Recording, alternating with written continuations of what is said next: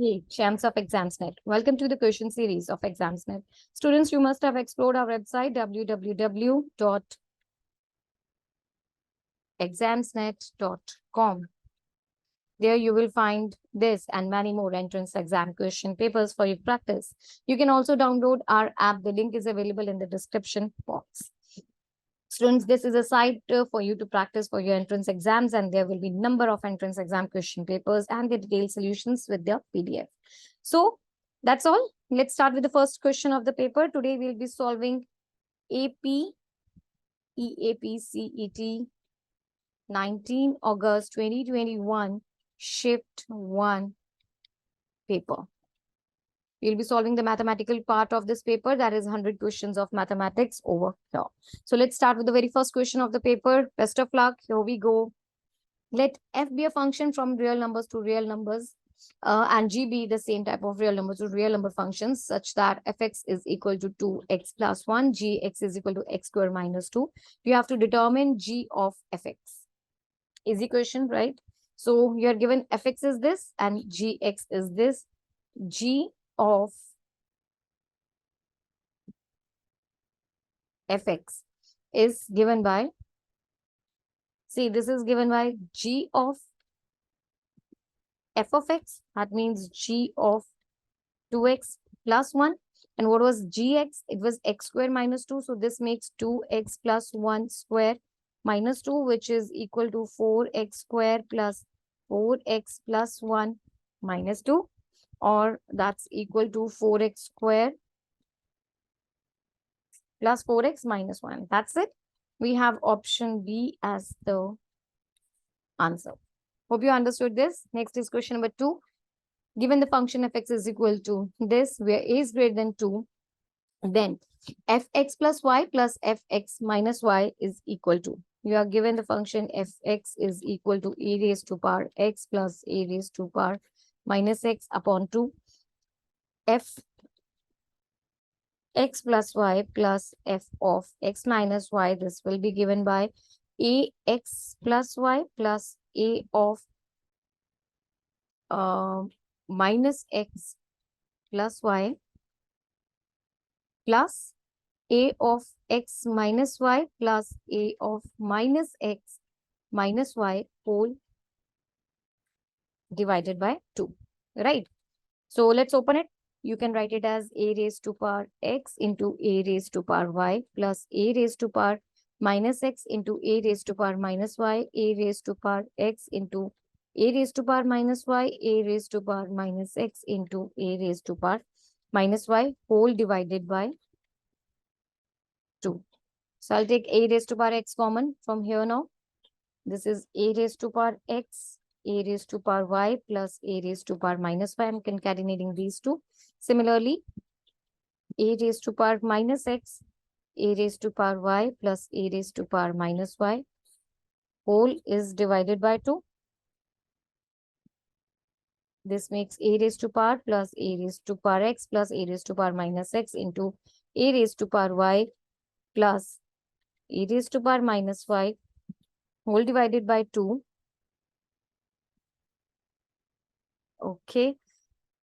So I'll do one thing. I'll multiply the numerator and the denominator by 2 as well. This makes it 2 into a raised to power x plus a raised to power minus x upon 2, a raised to power y plus a raised to power minus y upon 2.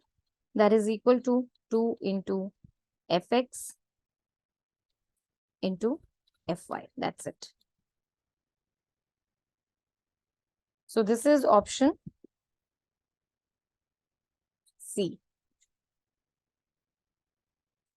Hope you understood this. Next is question number 3. If a function defined on 0, 1 by this function fx is equal to minimum x minus greatest integer function x minus greatest integer function x, then f of fx is equal to dash greatest is equal to what? Okay, where this is representing the greatest integer function.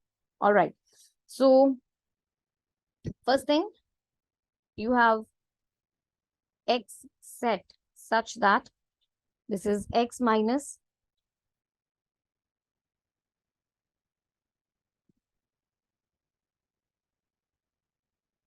EAPCET such that this is x minus greatest integer function x, f if such that 0 to 1, from 0 to 1 to 0 to 1.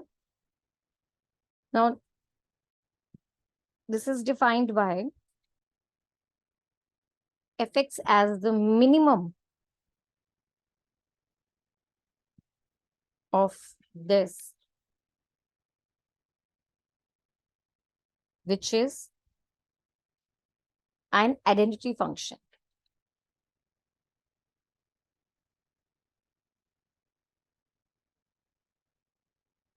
As x belongs to 0, 1 and greatest, this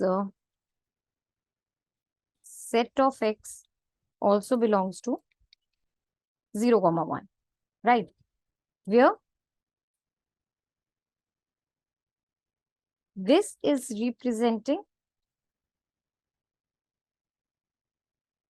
fractional part function.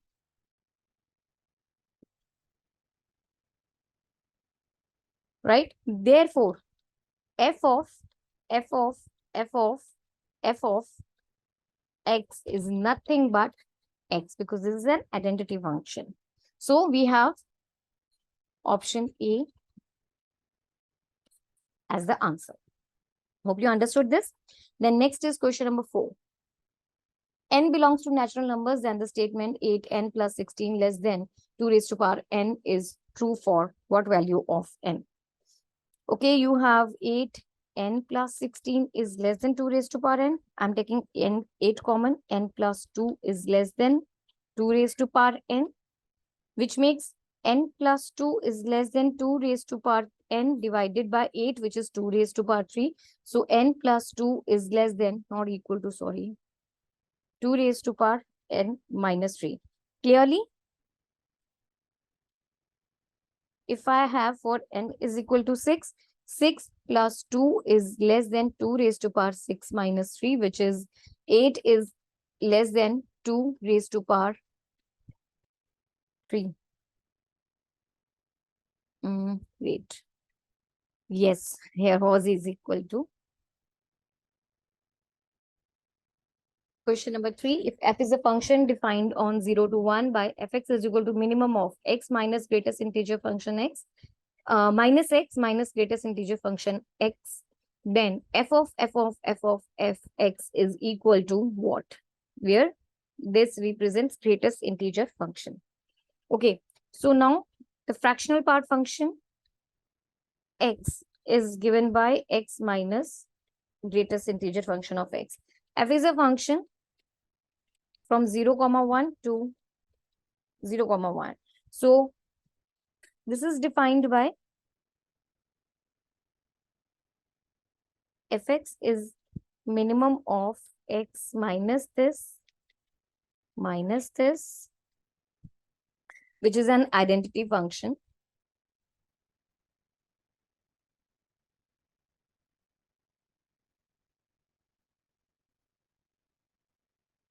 as x belongs to 0 and 1 and this also belongs to 0 and 1, right? This represents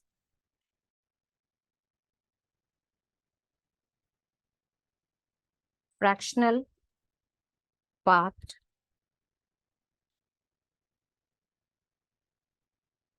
function. Therefore, simply f of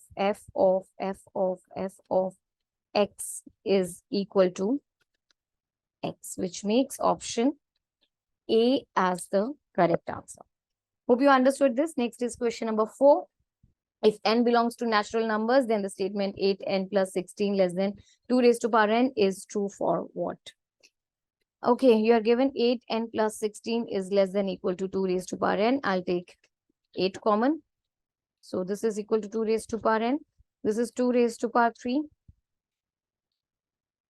All right. So n plus 2 is less than equal to 2 raised to power n minus 3. So now if I take n is equal to 2,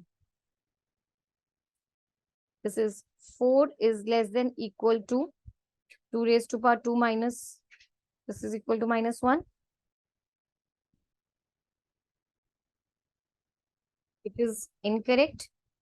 N is equal to 3, which makes 5 is less than equal to 1. Again, wrong. Let's say N is equal to 6.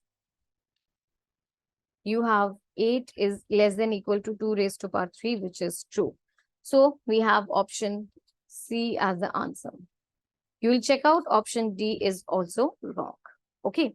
Next is question number 5. The equation whose roots are the values of this equation is. Okay, you are having a determinant over here. Let's write it down. This is the one. I'll simply expand it using first row. So that's given by 1 into 6x square minus 12x minus plus 3 into x square minus 4 plus 1 into 3x minus 6 is equal to 0. 6x square minus 12x plus 3x square minus 12 plus 3x minus 6 is equal to 0. That's 9x square minus 9x minus 18 is equal to 0, or x square minus x minus 2 is equal to 0, which makes option D as the correct answer. Next is question number 6. Let AB be the non-zero real number such that AB is equal to 5 by 2 and A is given by this matrix. A into A transpose is 20 identity matrix or the unit matrix. Then equation whose roots are A and B is. So basically, if you get to know A and B, then we can see which equation it satisfies. A matrix is given by A minus B, B, A. A transpose is given by A minus B, B, A. You are given A into A transpose is equal to 20 into unit matrix. So A minus B, B, A into A minus B, B, A is equal to 20, 1, 0, 0, 1. That makes it first row, first column, that's A square plus B square. First row, second column, 0. That's AB minus AB, that's 0 only. Then AB minus AB, that is 0 again. And this makes it again A square plus B square. That is equal to 20, 0, 0, 20. Which makes simply A square plus B square is equal to 20. Or A square plus B square minus 2AB is equal to, okay, I'll write it like this. A square plus B square whole, A plus B whole square minus 2AB is equal to 20. And 2AB is equal to 5 by 2. That makes A plus B whole square minus 2 into 5 by 2 is equal to 20. A plus B whole square is equal to 25, which makes A plus B is equal to plus minus 5. So equation whose roots are A and B is given by equation whose roots are A and B is x square minus sum of the roots plus this product of the root 0, right? So this makes x square plus minus, because this is see minus over here, so plus minus both will work, plus minus 5x, and AB was 5 by 2 upon 2. This makes the equation as 2x square plus minus 10x plus 5 is equal to 0. That is option B. Hope you understood this. Next is question number 7. A is given by this matrix, 10B is given by this matrix, and B is equal to A inverse, and the value of alpha is equal to. Okay, A is this matrix. Let's find the determinant of A. It is given by 1 into 1 plus 3 plus 1 into 2 plus 3, 1 into 2 minus 1. That gives you a 10. Also, 10B is equal to this 4, 2, 2 minus 5, 0, alpha, 1 minus 2 and 3. So determinant of 10b is equal to 4 into 2 alpha minus 2 into minus 15 minus alpha plus 2 into 10. That gives you, see, this is given by 10 cube into determinant of B. Why? K into A matrix, see, this is equal to K raised to power N into determinant of A, where N is the order of the matrix. This is a 3 by 3 order matrix. So this is equal to 10 raised to power 3 into determinant of B, that is equal to 10 alpha plus 50. Right? And also you are given that B is equal to A inverse. That means determinant of B is equal to determinant of A inverse, right? Or that is equal to A inverse, a determinant of A inverse. That means determinant of B is equal to 1 upon determinant of A, and that is equal to 1 upon 10. So if I'm taking this from this equation, that was 10 cube determinant of B is equal to 10 cube upon 10, right? That is equal to, 10b, that was equal to 10 alpha plus 50, right? So that means 50 is equal to 10 alpha, or alpha is equal to 5. That's it. Alpha is equal to 5, and you have to find out that value. Option C is the correct answer. Hope you got that. Next is question number 8. The rank of this matrix is 1, then which of the following is true for K and X? Okay. You are given this matrix. Let's say this is equal to A, and the rank of the matrix is is 1. So all the minors rank is equal to 1. So all the minors of order 2 is 0. That means M33 is also equal to 0. What is M33? It's this. M33, that's 4, 2, 5. K is also equal to 0, which gives you 4K minus 10 is equal to 0, or K will be equal to 5 by 2, right? Similarly, M11 will be equal to K13, 1 plus X, that's also equal to 0. K was 5 by 2. 1, 3, 1 plus X is equal to 0, which makes it 5 by 2 plus 5 by 2x minus 3 is equal to 0, or 5 by 2x is equal to 3 minus 5 by 2, that is equal to 1 by 2, or x becomes equal to 1 by 5. You got the values of x and k. X is equal to 1 by 5, k is 5 by 2.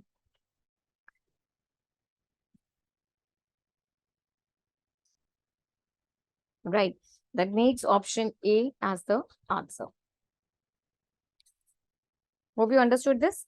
Next is question number 9. If A1, A2, A3 till A9 are in GP, then this is equal to, this matrix is equal to. Fine. See, if all of them, they are in GP, then that means A1 upon, A2 upon A1 is equal to A3 upon A2 is equal to A4 upon A3, so on till A9 upon A8. Let's say that is equal to the common ratio R. Okay. And now you're having, let's try it on the matrix, log of A1, A2, A3, A4, A7, A5, A8, 6, and 9. Okay, let's perform some transformations. C3 to C3 minus C2, and C2 to C2 minus C1. you have the matrix as log A1. This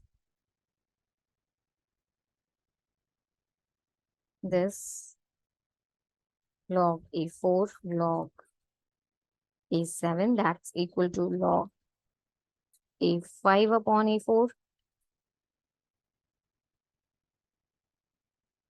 And that's log A6 upon A5, log A9 upon A8. Right. Okay, so that's equal to log A1, A4, A7, A2 upon A1, log R. This is also log R, R, R, R. Since column 1 and column 2 and column 3 are identical, therefore, if I'm saying this is matrix A, so therefore determinant of this matrix, that's equal to 0. That's it. You have to find out the determinant. Option D is the correct answer. Hope you understood this. Next is question number 10. Sin theta minus iota cos theta cube is equal to. Okay. So let's expand it.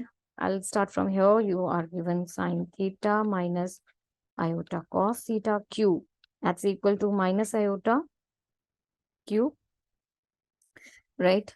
Cos theta plus iota sin theta cube. I can write it like this. See, what I did was I took minus iota common from here. Okay, I'll start it again. Sin theta minus iota cos theta cube, that's equal to iota cube I'm taking common. So minus iota cube, actually this will be cos theta minus iota sin theta cube. I have taken minus iota cube common. So this is equal to minus iota cube cos 3 theta plus iota sin 3 theta. This is by De Moivre's theorem. Okay. So that's it. You have here option D as your answer. Hope you understood this. Next is question number 11. Real part of this is, you are given the equation as the expression as cos 4 plus iota sin 4 plus 1 whole raised to power 2020. So you want to find the real part of this? Okay. This can be written as real part of this is equal to real part of 2 cos square 2 plus iota. See, cos 4 can be written as 2 cos square 2 plus iota sin 4. This is actually iota sin 2 into 2, which can be written as iota 2 sin 2 cos 2, right? I have utilized the 1 over here. Whole raised to power 2020.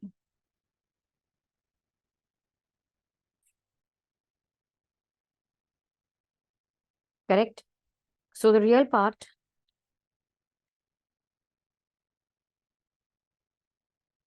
of 2 raised to power 2020 cos 2000 cos raised to power.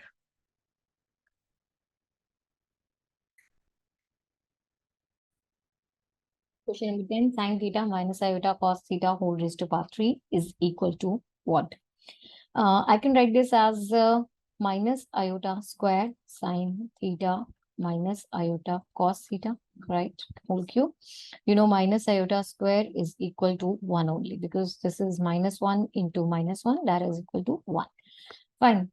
Now I will take minus iota whole raised to power 3 common. This will become cos theta plus iota sin theta whole raised to power 3. That's equal to, see, this is equal to minus of iota square into iota. And this is equal to cos 3 theta plus iota sin 3 theta. This is by De Moivre's theorem. right? Now that's equal to minus iota square is equal to 1. So this becomes iota into cos theta plus iota sine theta, which is, okay, you can leave the sum over here only. There is no need to solve. So this is the correct answer. Option D. Hope you understood this. Let's move to the next question, number 11. Real part of this expression is equal to. Okay, let's write down the expression first. This is cos 4 plus iota sine 4 plus 1 whole raised to power 2020. This can be, see, cos 4 can be written as cos 2 into 2 plus 1.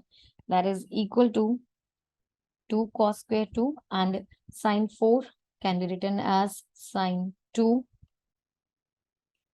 into 2, which is equal to 2 sine 2 cos 2 degree.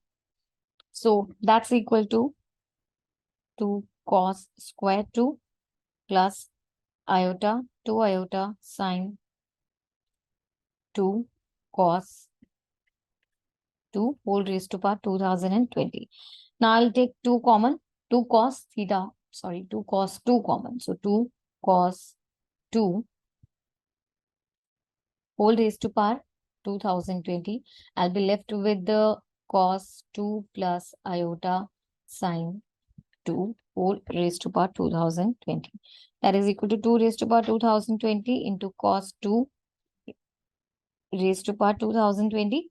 And see, using the same De Moivre's theorem, you can say this is equal to cos 2 into 2020 plus iota sine 2 into 2020.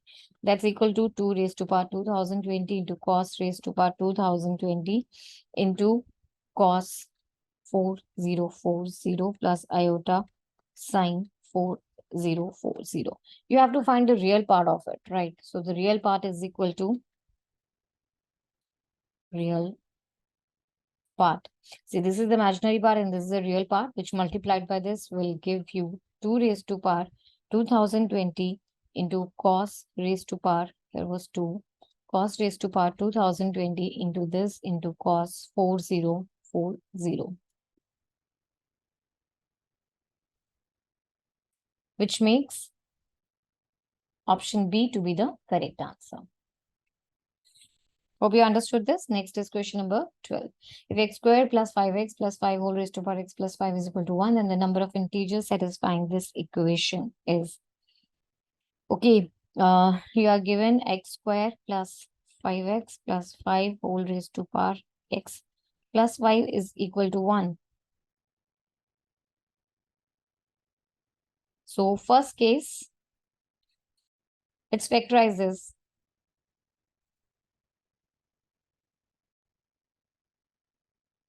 I'll take the power first. So first case, this can be 1 if the power is 0. Then the power is 0. Answer is 1. So x plus 5 can be equal to 1, which makes x is equal to minus 5. Or you can have x square plus 5x plus 5 is equal to 1. Let's factorize this now. This is equal to 1. Or x square plus k. This is equal to 4, right? 0.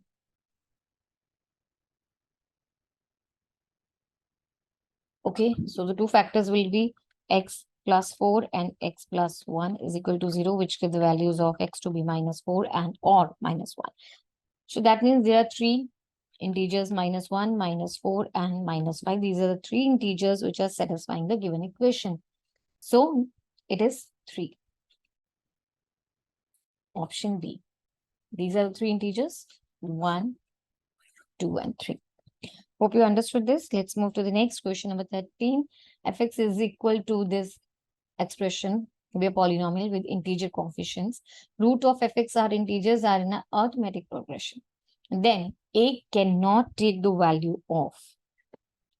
Fine, you are given the equation as fx is equal to x cube plus a x square plus b x plus c. So let the roots be, because this is a cubic polynomial. So let there be 3 roots. Let the roots be alpha, beta, and gamma. Now, since the roots, they are given to be in in arithmetic progression.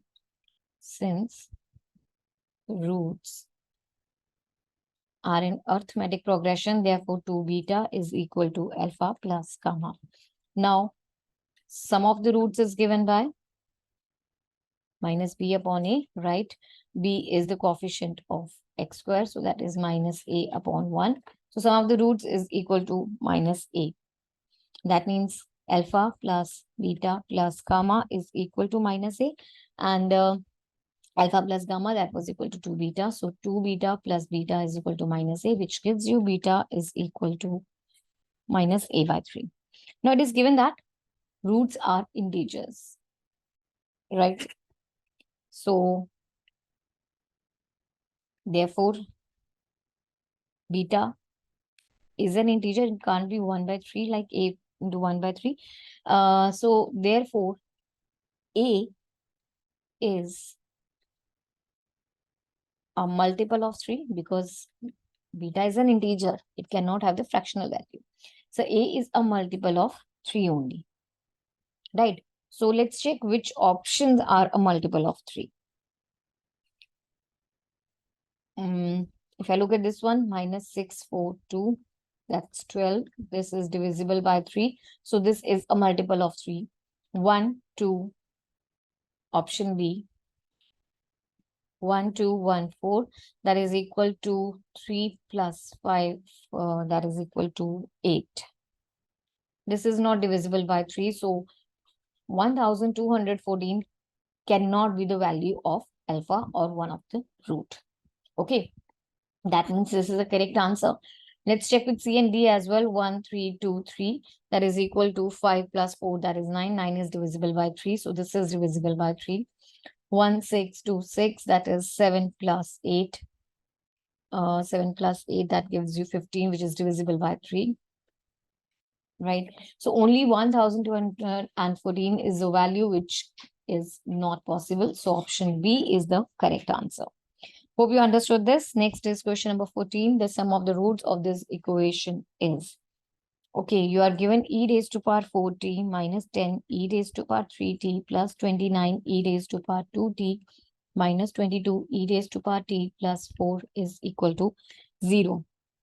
Let e raised to power t be x and roots of this be t1, t2, t3 and t4. So this expression now becomes e raised to power, okay, first of all, I'll say x raised to power 4 minus 10x cube plus 29x square minus 22x plus 4 is equal to 0. So here roots are x1, x2, x3 and x4. Now the product of the roots is given by x1 into x2 into x3 into x4, that is equal to 4 upon the coefficient of x raised to power 4, that is equal to 1. So this is 4 upon 1, or that's equal to 4. Correct? That means e raised to power t1 into e raised to power t2 into e raised to power t3 into e raised to power t4, that is equal to 4. Right? Bases are same, powers will add. So t1 plus t2 plus t3 plus t4 is equal to 4, or you can say taking log on both sides, you will say t1 plus t2 plus t3 plus t4 is equal to log of 4, or this can be written as 2 log of 2 square, which is equal to 2 log 2. So sum of the roots is equal to 2 log 2. That is it, option B.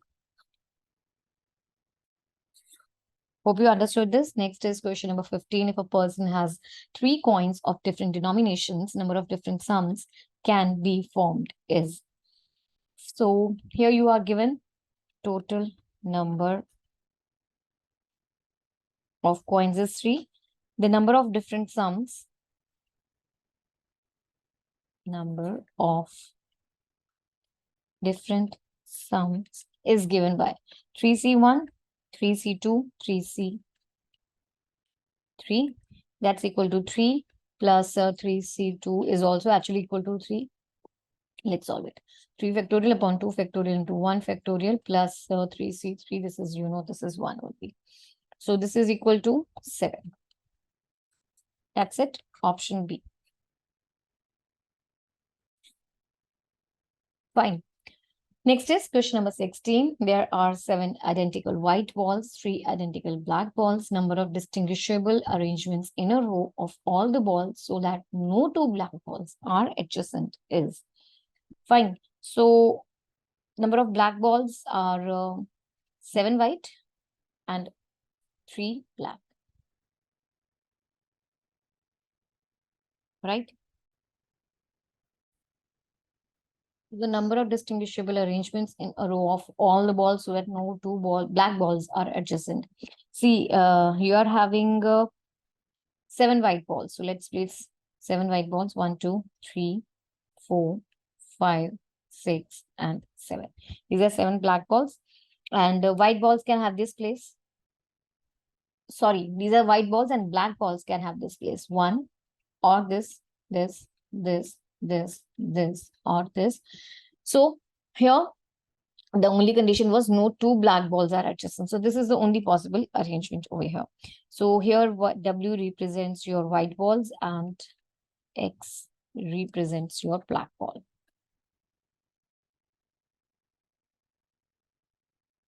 Right? Fine. So how many black balls places are there? 1, 2, 3, 4, 5, 6, 7, and over here also 8. So number of total arrangements which are possible, number of possible arrangements for the black ball is, see, there are 8 places and 3 black balls. So this is given by 8c3, that is equal to 8 factorial upon 3 factorial into 5 factorial. So 8 into 7 into 6 into 5 factorial into 3 into 2 into 5 factorial. So that's equal to 56. We have option C as the answer. Hope you understood this. Next is question number 17. The number of ways of distributing 8 identical rings to 3 different girls so that every girl gets at least 1 ring. So the total number of ways of dividing, let's write it down. Total number of ways of dividing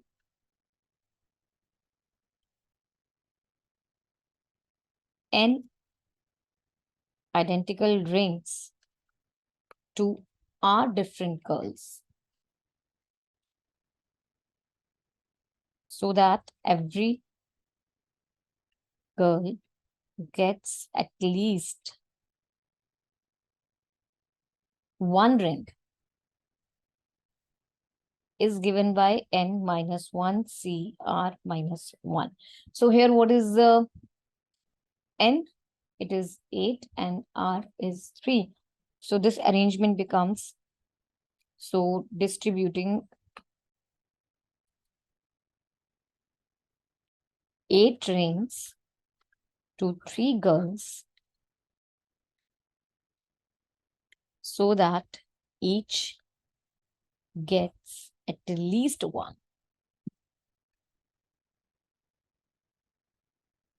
Is given by 8 minus 1 c 3 minus 1, that is 7c2, or that's equal to 7 factorial upon 2 into 5 factorial, which is equal to 7 into 6 upon 2, that is equal to 21.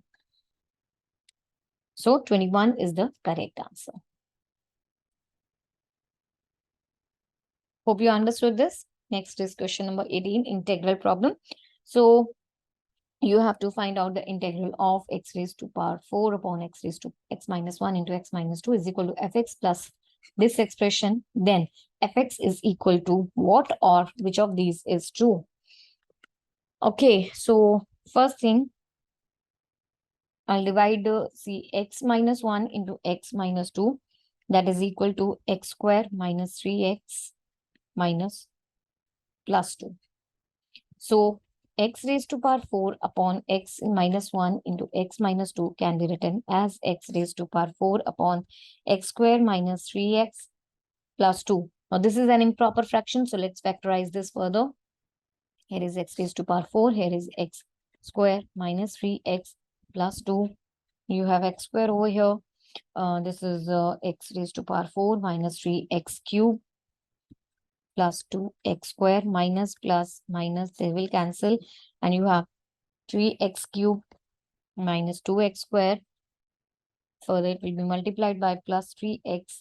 So 3x cube minus 9x square plus 6x minus plus minus. You have 7x square plus 6x plus 7 will be there. So I have over here 7x square minus 21x plus 14 minus plus minus. This will be 20. Sorry, here was minus 6x. Okay, so this is 15x minus 14. This is the remainder. So this expression x raised to power 4 upon x square minus 3x plus 2. This can be written as x cube plus 3x plus 7 plus 15x minus 14 upon this, right? Or x raised to power 4 upon x minus 1 into x minus 2 is equal to x cube plus 3x plus 7 plus 15x minus 14 upon x minus 1 into x minus 2. So this is equal to, sorry, I mistake. I said this integral, this is the function f. So fx is equal to this, right? And a is equal to 15x and b is minus 14. Let's compare it with the given one. This is equal to this a upon x minus 1 plus b upon x minus 2. This gives you fx is equal to x squared plus 3x plus 7. This is the value of fx.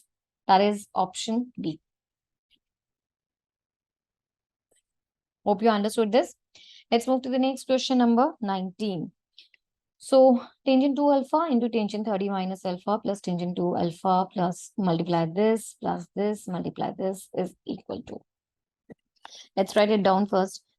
Before starting with the question, I would like to discuss one formula.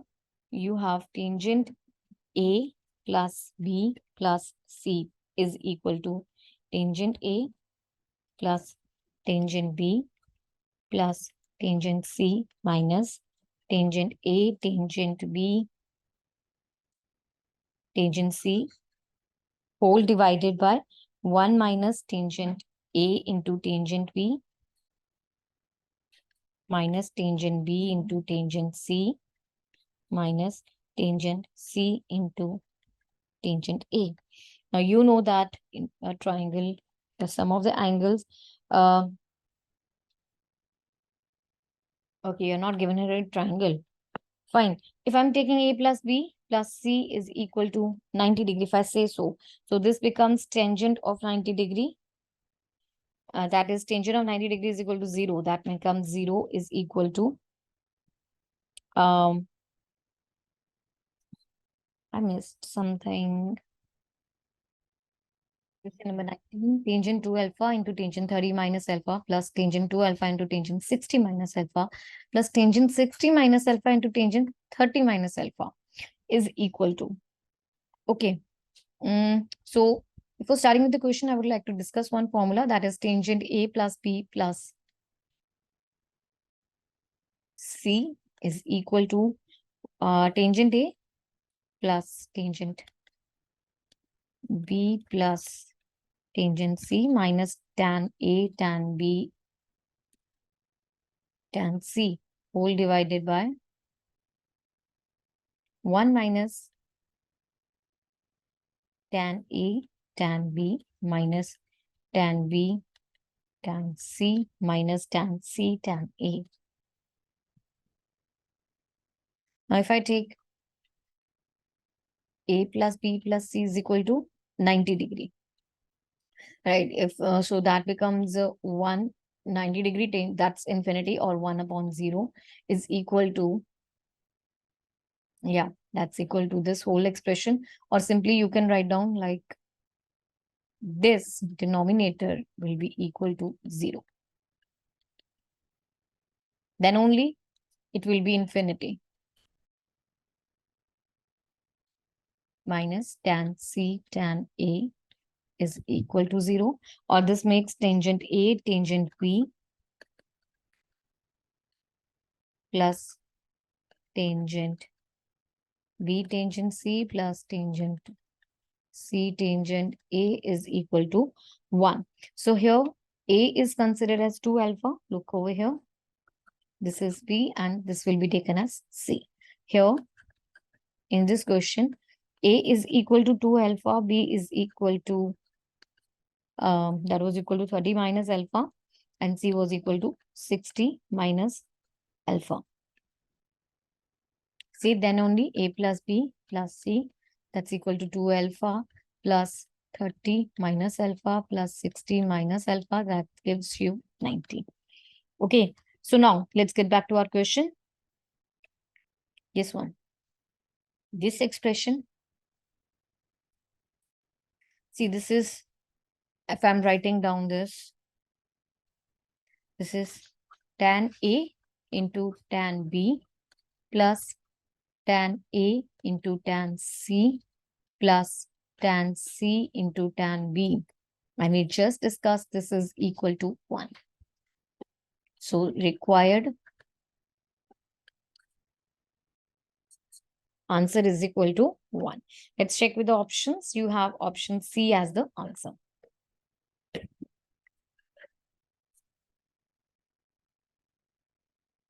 Hope you understood this. Next is question number 20. If sine alpha minus cos alpha is equal to m and sine 2 alpha is equal to n minus m square, where m lies between minus root 2 to 2 and n is equal to what? You are given sine alpha minus cos alpha is equal to m and sine 2 alpha is equal to n minus m squared. Let's do squaring on both the sides. So you have sine square alpha plus cos square alpha minus 2 sine alpha cos alpha is equal to m square, or this gives you 1 minus sine 2 alpha is equal to n square, right? Now, sine 2 alpha can be written as 1, 1 minus m square, right? Or you're also given sine 2 alpha is equal to n minus m square, which gives you n is equal to 1. This is what you need to find out in the question. So option B is the correct answer. Hope you got that. Next is question number 21. The value of x satisfying the equation 3 cosecant x is equal to 4 sine x are. So easy. You are given 3 cosecant x is equal to 4 sine x. You know, cosecant x is equal to sine x only. So this is 3 upon sine x is equal to 4 sine x, or you are given sine square x is equal to 3 by 4, right? So if I'm seeing the square root, you have sine x is equal to root 3 by 2, which gives you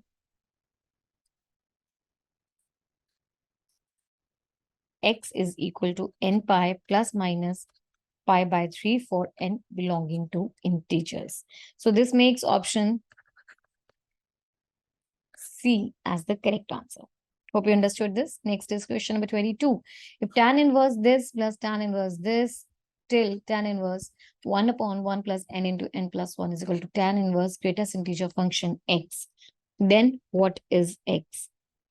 Okay, you are given tan inverse 1 upon 1 plus 1 into 2 plus tan inverse 1 upon 1 plus 2 into 3 plus so on tan inverse 1 upon 1 plus n into n plus 1 is equal to tan inverse greatest integer function of x.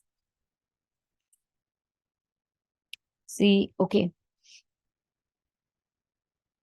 I think this is fine. Okay, let's move ahead. So this can be written as now 2 minus 2 or 1 can be written as 2 minus 1 upon 1 plus 1 into 2 tan inverse 3 minus 2, 1 plus 2 into 3 or 3 into 2. So on tan inverse n plus 1 minus n, 1 plus n into n plus 1 is equal to tan inverse x. So that is equal to, see, this is tan inverse 2 minus tan inverse 1. Sorry, this is tan inverse 1 minus tan inverse 2. Question number 22. If tan inverse 1 upon 1 plus 1 into 2 plus tan inverse 1 upon 1 plus 2 into 3, so on till tan inverse 1 upon 1 plus n into n plus 1 is equal to tan inverse x, then x is equal to. Okay, I'll start from this expression itself. You can write it as tan inverse 2 minus 1 upon 1 plus 1 into 2 plus tan inverse 3 minus 2, 1 plus 2 into 3, so on till tan inverse n plus 1 minus n, 1 plus n into n plus 1 is equal to tan inverse of x. Now, this is equal to tan inverse 2 minus 1 upon whole of this. This can be written as tan inverse 2 minus tan inverse 1 plus tan inverse 3 minus tan inverse 2, so on till tan inverse n plus 1 minus tan inverse n is equal to tan inverse of x, right? So now you see these things will cancel. 2, 2, and similarly 3, further 3 will be cancelled, and this till n plus 1 will be cancelled. And sorry, n will be till n will be cancelled. You will be left with tangent inverse of n plus 1 minus tangent inverse of 1 is equal to tangent inverse of x. Okay, so now this is equal to tangent inverse n plus 1 minus n upon 1 plus 1 into n plus 1 whole is equal to tangent inverse of x. That is equal to x is equal to 1 upon n plus 1, or sorry, here was 1. Okay, so this is n. So this is equal to n upon n plus 2. So n upon n plus 2 is option D. So you have option D as the answer to the question. Hope you understood. Next is question number 23. So sine HU is equal to tangent of theta. What is cos HU equal to? Okay, fine. So you are given tangent of theta is sine H of u. You know, tangent theta is equal to, tangent square theta is equal to secant square theta minus 1, or that can be written as 1 upon cos square theta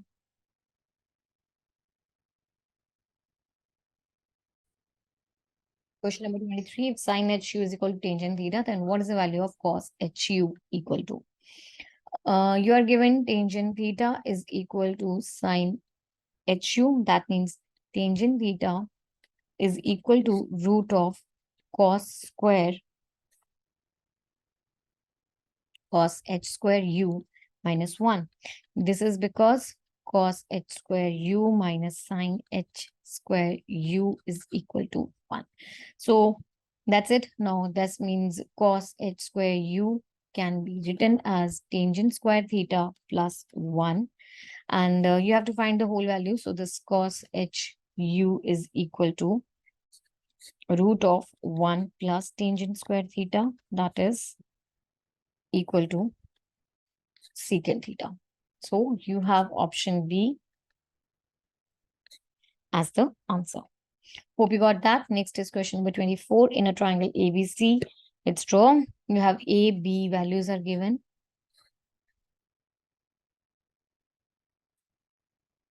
This is the triangle ABC.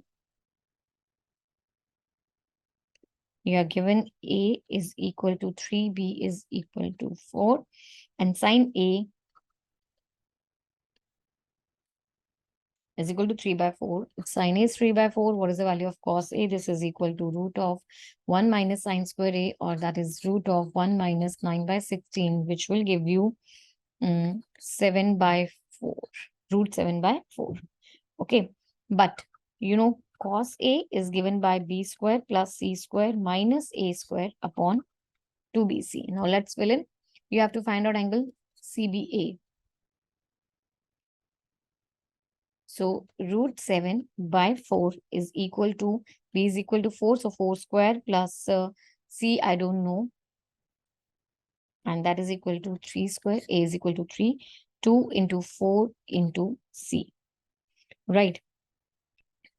So this will cancel. You will have to root 7 is equal to 16 minus 9 plus C square, or 2 root 7 is equal to 7 plus C square, or C square minus 2 root 7C plus 7 is equal to 0.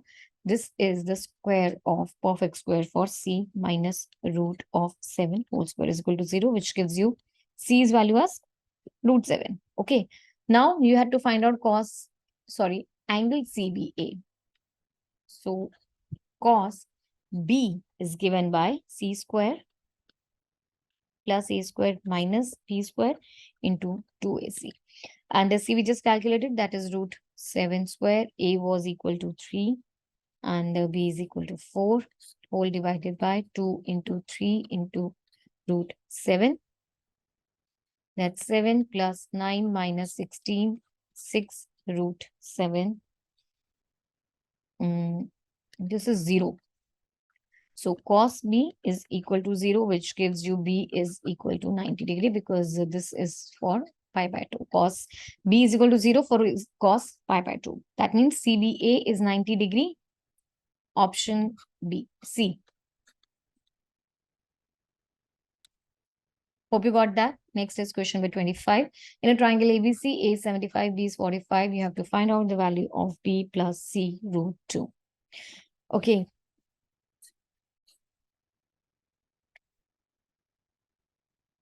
A is 75, B is 45. So what will be the value of C? 60.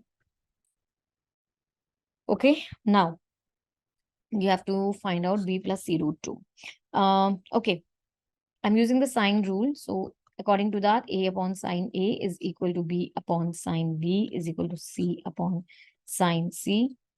That is equal to 2R, where R is the circumradius.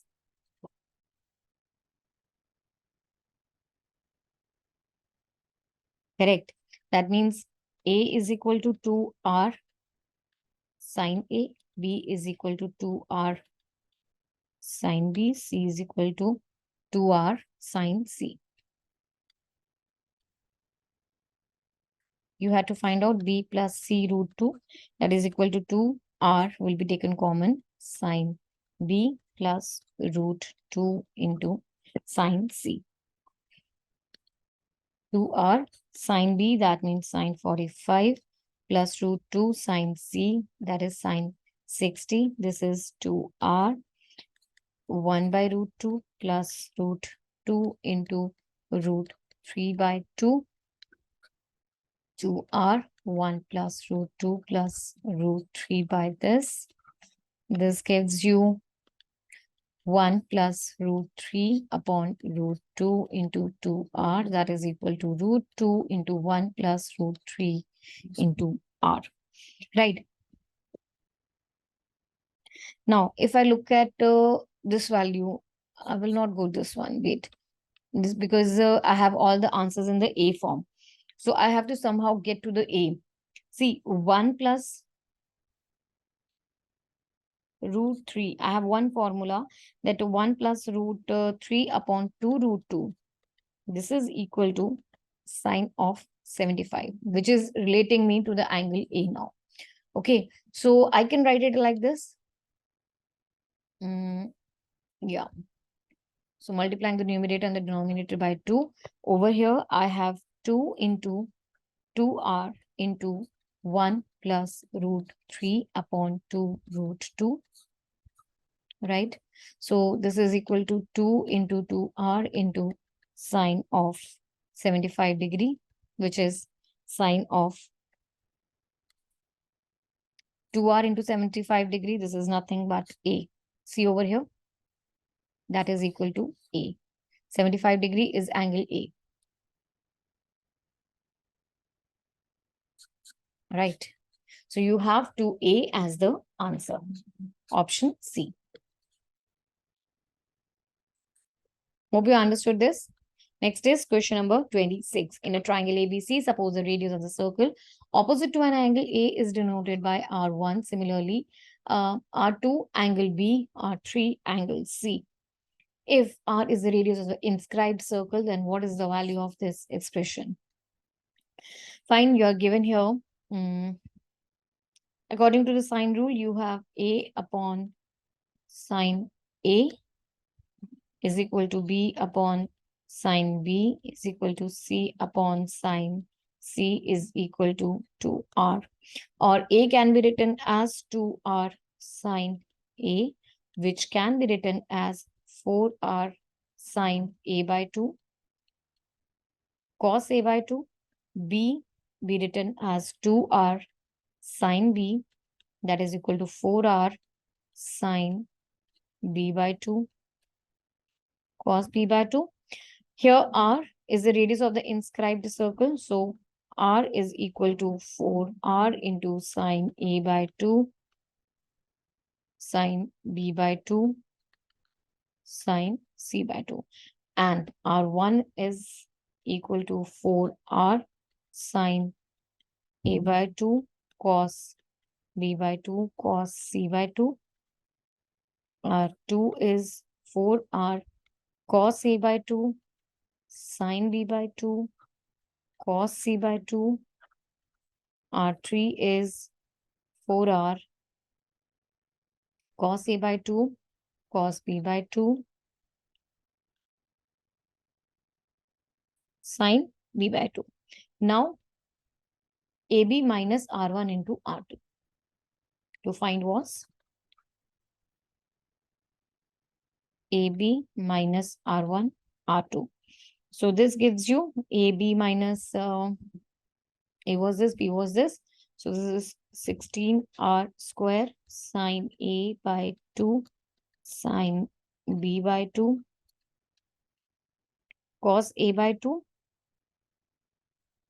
into cos B by 2. Now sine it, that's sine A by 2 cos A by 2. Yes, written, and sine B by 2 sine this minus R1 into R2, that is again 16R square into sine A by 2 cos A by 2 sine B by 2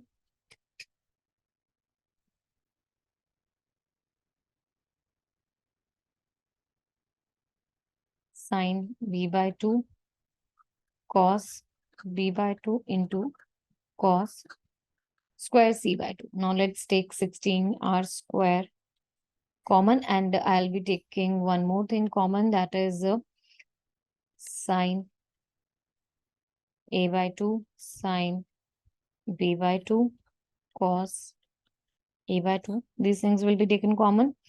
One more thing, cos B by 2 also.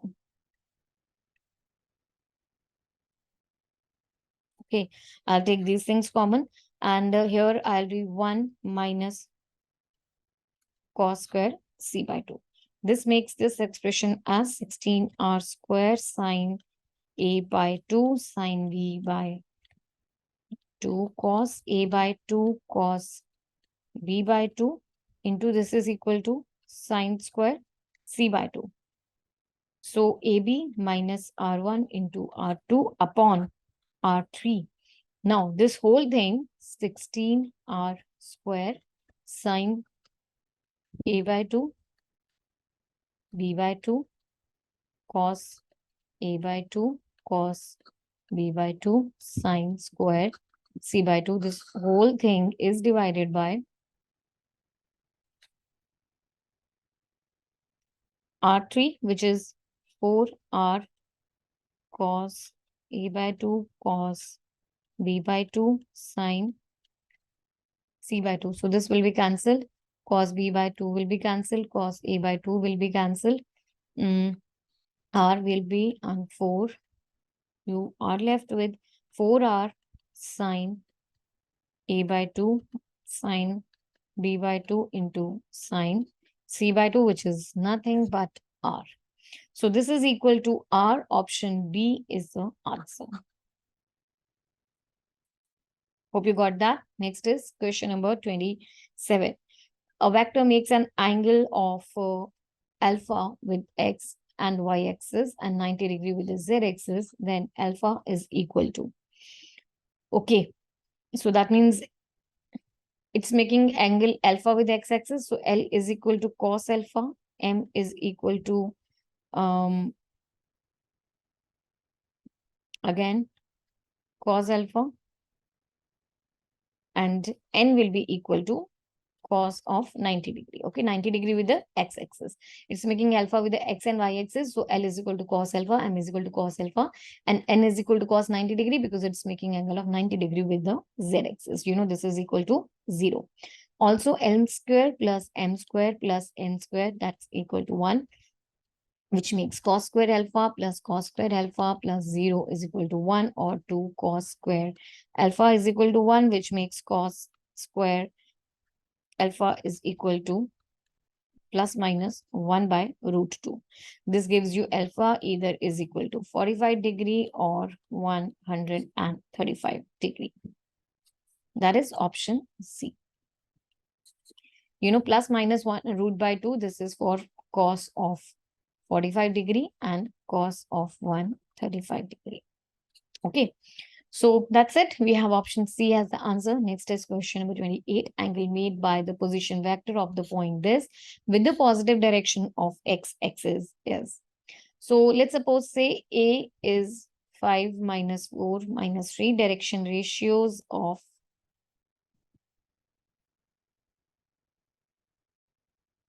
OA is 5 minus 4 minus 3. Also direction ratios of x-axis are 1, 0, 0. So the angle between them, angle cos theta is given by 5 multiply 1 plus minus 4 multiply 0 plus minus 3 multiplies by 0 whole divided by root of 5 minus, okay, this is 5 square plus minus 4 minus 0. So this is square plus minus 3 minus 0 whole square multiplied by 1. Sorry, this is 5 square plus minus 4 square plus 3 square plus 1 square plus 0 square plus 0 square. Or this will be equal to 5 plus 0 plus 0 upon this is root of 25 plus 25 multiplied by this. So this is equal to root 5 upon root of 50, or that is equal to 1 by root 2. So this is equal to cos theta. 1 by root 2 is cos pi by 4, which makes theta is equal to pi by 4. So we have option C as the answer. Hope you understood this. Let's move to the next question. Question number 29. If D, E, F are respectively midpoints of AB, AC, BC in a triangle ABC, then BE vector plus AF vector is equal to. So first of all, let's say A, B, C. They are represented by these vectors. So midpoint D is given by A plus B upon 2. E is given by A plus C upon 2, and F is given by B plus C upon 2. Question number 29. If D, E, and F respectively are the midpoints on AB, AC, and BC of the triangle ABC, then What is BE vector plus AF vector equal to?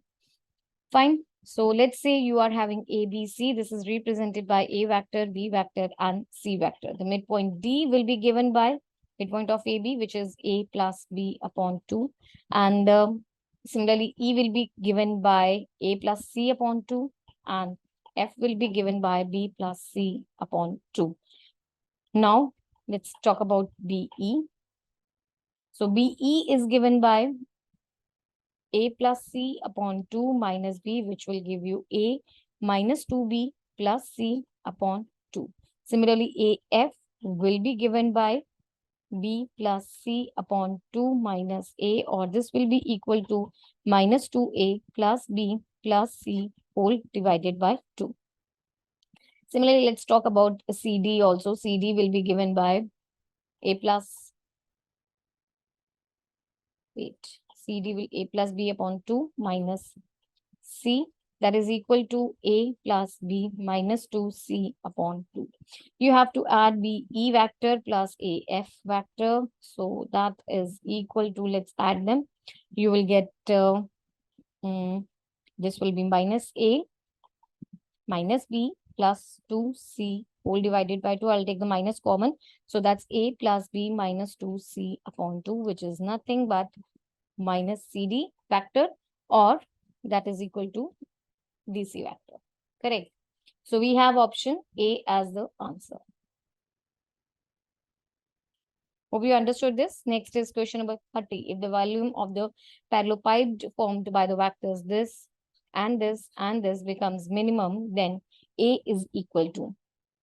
Fine. Let's say this is, let P is equal to P vector D is equal to I plus AJ plus K, and Q be equal to J plus AK, and R is equal to AI plus K. So the volume of the parallelepiped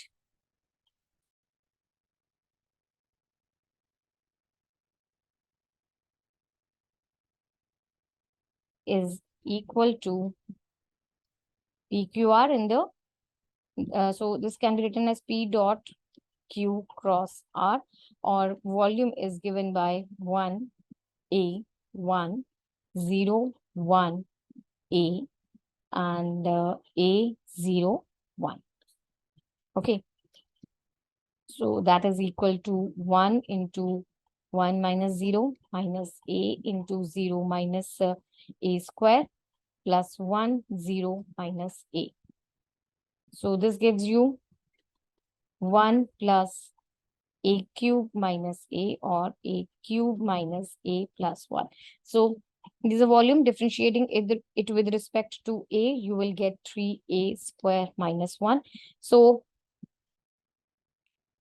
we have to find this becomes minimum. Then, okay, let's find out the second derivative as well.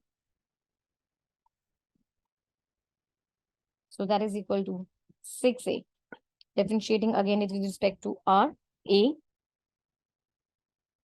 C. For stationary points, the first derivative is 0, which means 3A square minus 1 is equal to 0, or this gives you A is equal to 1 plus minus 1 upon root 3.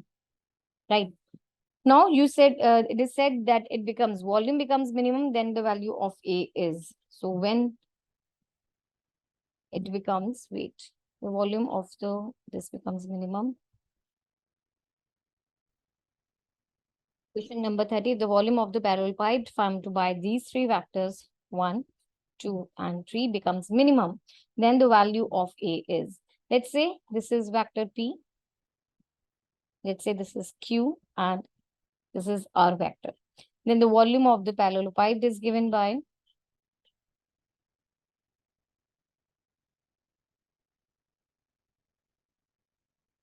PQR, or this is P dot Q cross R, or this volume is given by, in the matrix form, this is 1A1, 0, 1A, A0, 1. Right? Let's find it out. So the volume is 1 into 1 minus 0 minus a into 0 minus a square plus 1 0 minus a. That makes 1 minus plus a cube minus a, or that's equal to a cube minus a plus 1. This is the volume. Let's differentiate it with respect to a. You have dv by dA is equal to 3a square minus 1. Fine. Now, again, differentiating it with respect to a, you have d square v upon dA square is equal to 6a. Right. Now, for stationary objects, you have this is equal to 0, which makes a is equal to plus minus 1 by root 3. That's the value for a. So let's say I'll put for a is equal to 1 by root 3. What is this value equal to? 6 into 1 upon root 3. Right. This is greater than 0. So that's it. We got our value. See, if I'm putting the minus value, this will be less than 0. So a is equal to 1 by 3. This is the value for which the volume becomes minimum. That is it. Option B is the answer. Hope you got that. Next is question number 31. A vector is given by 3 by 2k and B is given by this vector. Angle between A plus B and A minus B vectors is. Okay. So you are given A is 3 by 2k. B is 2i 2j minus k divided by 2. A plus B will be given by 3 by 2k plus 2i plus 2j minus k whole divided by 2. This will be equal to 2i plus 2j plus 2k whole divided by 2, or simply I plus j plus k factor. Let's go for A minus B now. So this is equal to 3 by 2k minus 2i 2j minus k divided by 2, or that is equal to 2 will be taken here. So minus 2i minus 2j, and that's got to be plus 4k. So this is minus I minus j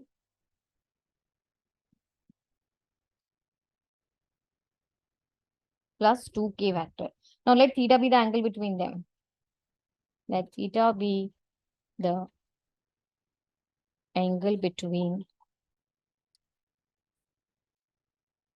A plus B and A minus B. So cos theta, you know the formula for this, that's equal to A plus B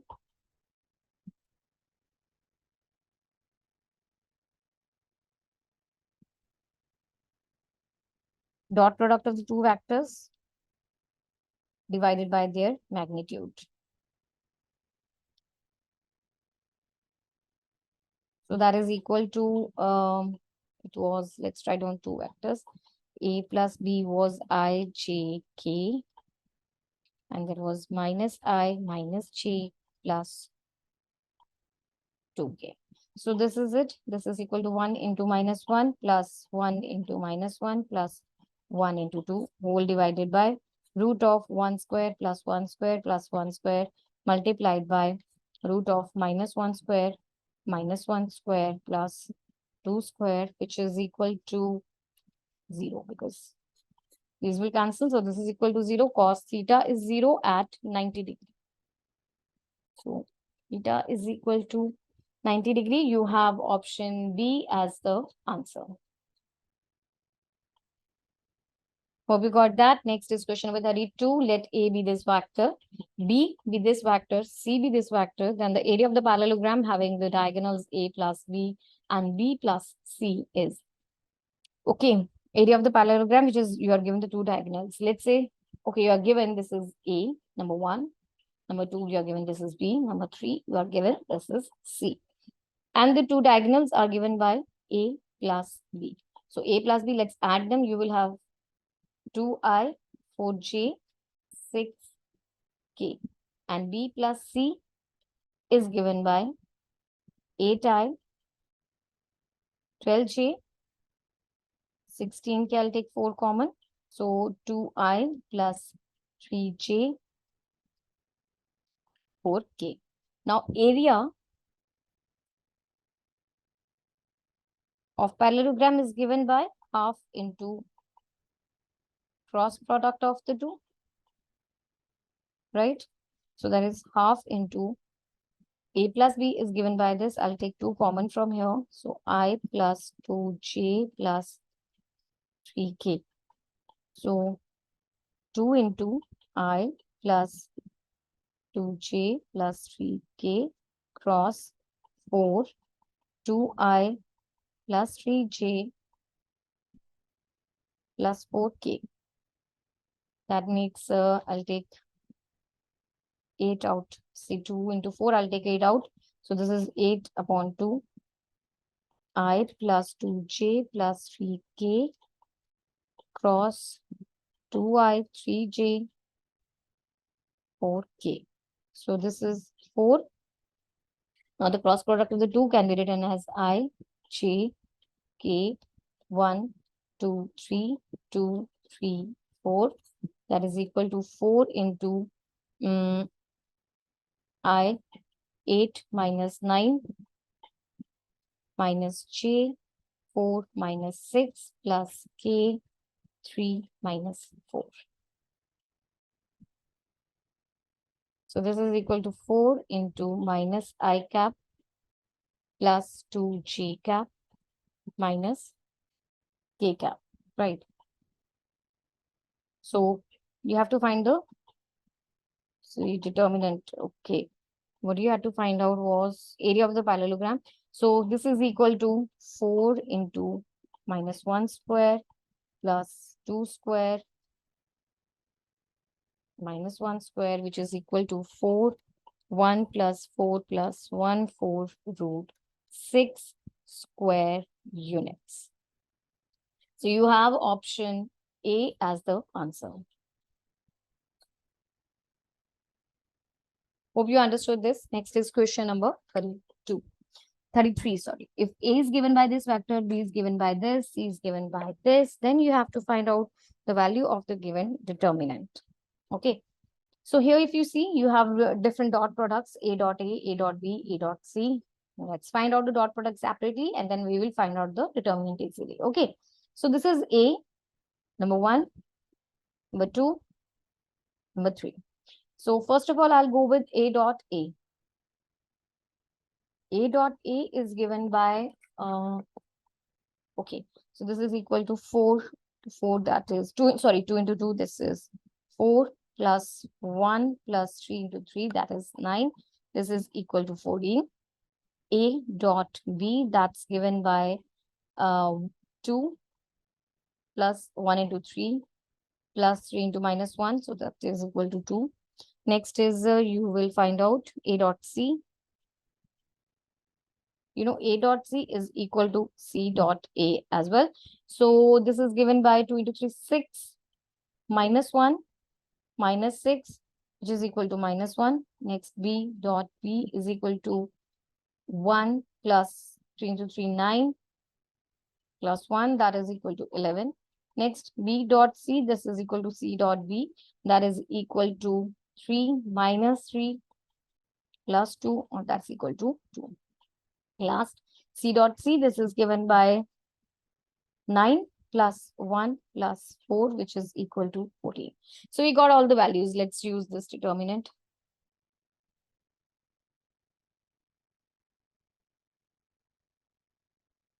Sorry. Okay. So this becomes now pretty easy. You have 14, 2, minus 1, 2, 11, 2, and minus 1, 2, and 14.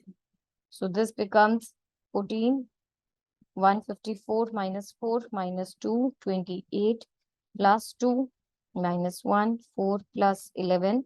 That makes it 14 into 150 minus 2 into 30 minus 15, which is 2100 minus 60 minus 15, which is 2025. So you have option B as the answer. 2025. Next is question number 34. If A and B are two vectors such that A magnitude is 2, B's magnitude is 3, and A plus TB and A minus TB are perpendicular where T is a positive scalar, then which of the following is true about T? Fine, you are given that A's magnitude is 2, B's magnitude is 3, and A plus TB is perpendicular to A minus TB. If they are perpendicular to each other, that means their dot product is 0.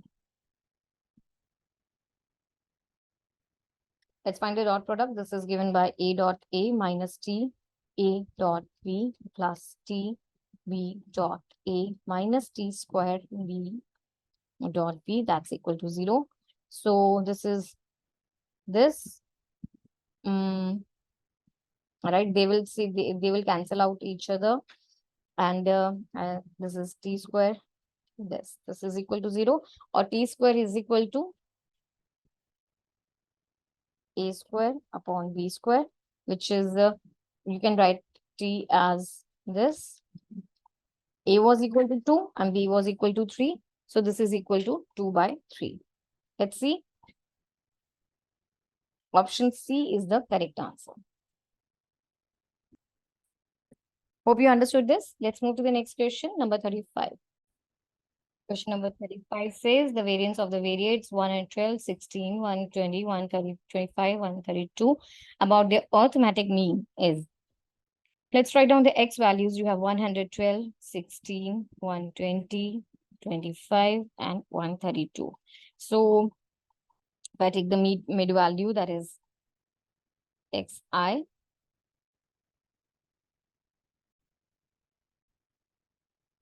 This question says the variance of the variates, this, and this about the arithmetic mean is. First of all, let's find out the arithmetic mean of them. You know, that is given by the sum of the values divided by the number of the terms. So this is equal, this is divided by 5. And that is equal to 605 divided by 5, or this gives you 121. Now, what is the formula for variance? It's sigma x minus x bar square whole divided by n. I have to find out this, and I know n is equal to 5 in the question. Let's go with this. So here I'm writing down the x values. This is 112, 116, 120, 125, 132. X minus x bar. This is equal to C. This is 121. So that gives me minus 9. This is minus 5, 1, minus 1, and this is 4, that is equal to 11. Okay, so let's find the square of it. This is 81, 25, 1, 16, and 121. Let's sum, or let's find the sum of it. This will give you 244. That's it, we got it. We need to find out the variance, and let's go for this now. So variance is 244 divided by 5, which is equal to 48.8. That is it. Option C is the answer. Hope you understood. Next is question number 36. Which of the following set of data has least standard deviation?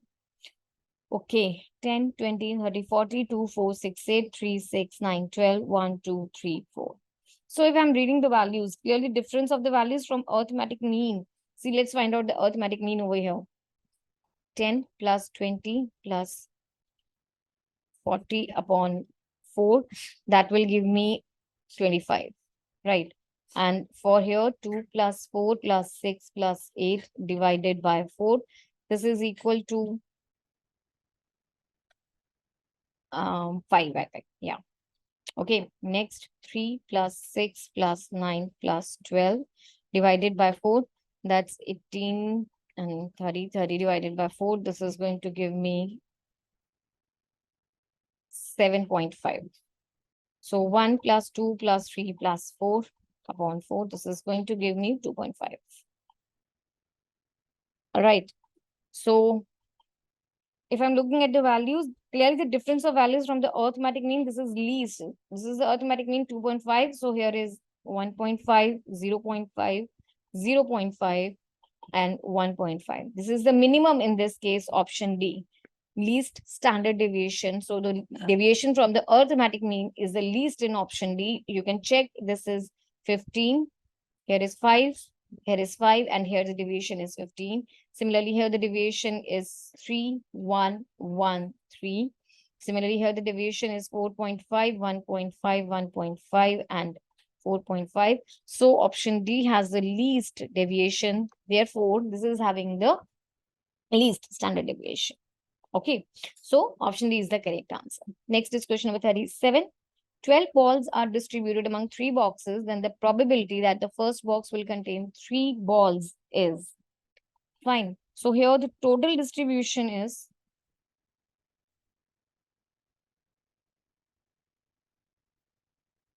given by 3 raised to power 12. Now the number of distribution when the first box contains 3 balls. Number of distribution when first box contains 3 balls is 12C3 into 2 raised to power 9. So see, over here 12C3, this is 12C3 balls into 2 raised to power 9. That will give you 12C.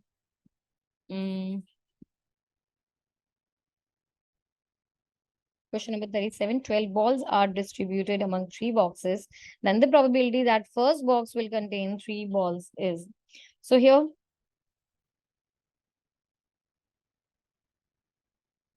total distribution is given by 3 raised to power 12, right? Now, number of distribution when first box contains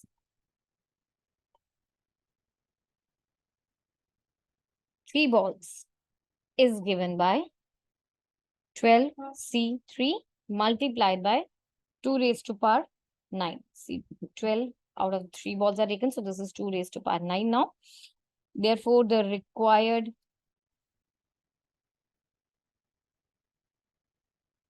probability is given by 12C3 into 2 raised to power 9 whole divided by 3 raised to power 12. That's it. We don't need to solve because we have as such the options. Option A is the answer. Hope you understood. Next is question number 38. If the letters of the word regulations are arranged in such a way that relative positions of the letter of the word regulations remain the same, then the probability that there are exactly 4 letters between R and E. Fine. First of all, how many letters are there? Number of letters in word regulations, that is equal to 11. So therefore, number of possible arrangements in this case,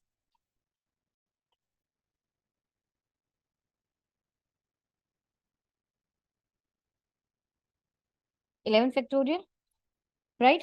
Except R and E, there are 9 letters. Except R and E, there will be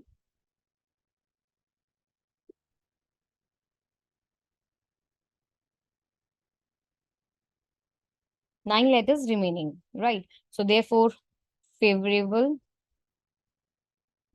number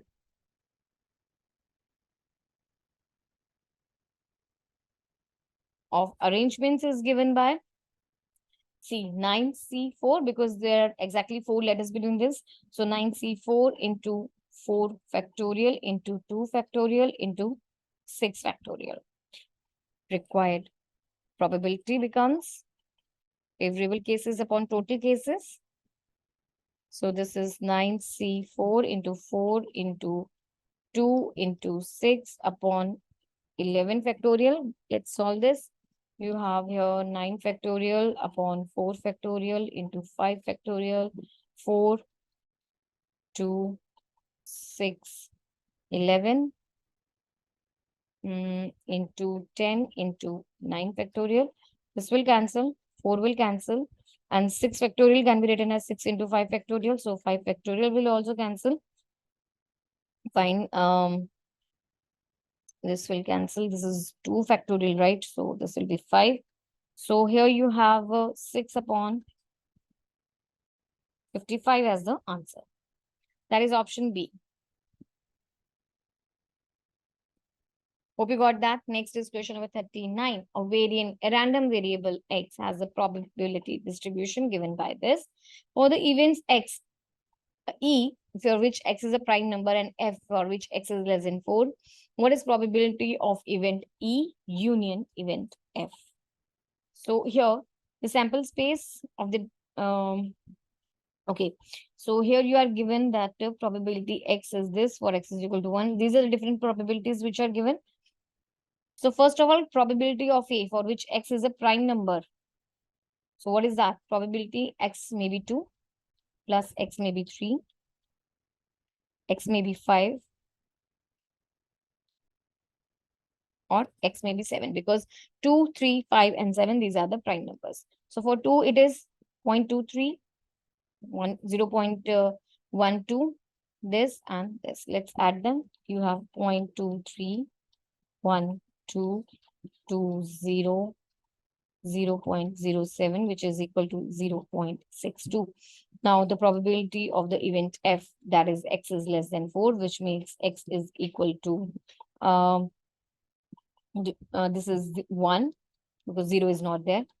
2, probability x is equal to 3. This is given by 0.15 plus 0.23 plus 0.12, which is equal to 0.50. Now, probability of event E intersection event F, that is equal to 2 and 3. Probability x is equal to 2 and x is equal to 3. For x is equal to 2, it is 0.23, 0.12. This is equal to 0.35. Right. You need to find out this probability E union F. That's equal to probability E plus F minus E intersection F. This was equal to 0.625035. The answer is 0.77. So we have option A as the answer. Hope you understood this. Next is question number 40. A die is tossed twice if the event of getting an even number is a success. And the probability of getting at least 2 successes is, see, when a dice is thrown, the sample space will be given by, it can have 1, 2, 3, 4, 5, 6 as the outcomes. Now, let E be the event of getting even number. So E will be given by 2, 4, and 6, right? Probability of E is equal to N of E, number of favorable cases upon the number of total cases. So this is 1, 2, 3, and this is 1, 2, 3, 4, 5, 6. That is 1 by 2. Now, if the dice is thrown 3 times, because it is given, it is thrown twice. If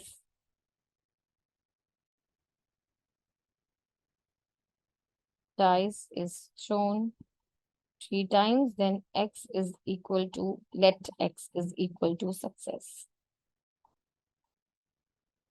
Then what will be the table? Here will be x, and px is equal to x. X is equal to 0, 1, 2, and 3. So for 0, that is no success is there. Right, this is given by 3C0 into 1 by 2 raised to power 3. This is 3C1 1 by 2 raised to power 3, 3C2 1 by 2 raised to power 3, 3C3 1 by 2 raised to power 3 again. Right. Now the probability of getting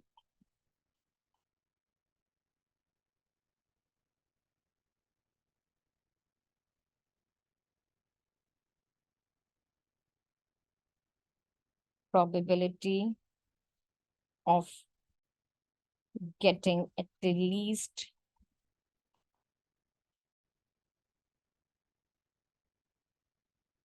two successes is, see, it may be greater than 2. So this is probability x is greater than 2. This is means x is equal to 2 plus x may be 3, which is 3C2 1 by 2 raised to power 3 plus 3C3 1 by 2 raised to power 3. This is equal to 3 into 1 by 8 plus 1 into 1 by 8, which is 4 into 1 by 8 or 1 by 2. So that's it. We have option D as the answer. Hope you understood this. Let's move to the next question, number 41. If the axes are rotated through an angle of 45 degree, the coordinates of this point in the new system are, okay, first of all, let's assume the coordinates are x and y, right?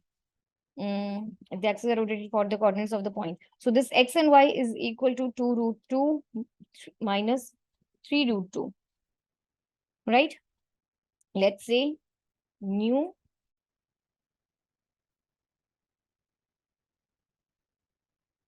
coordinates are x dash, y dash. Then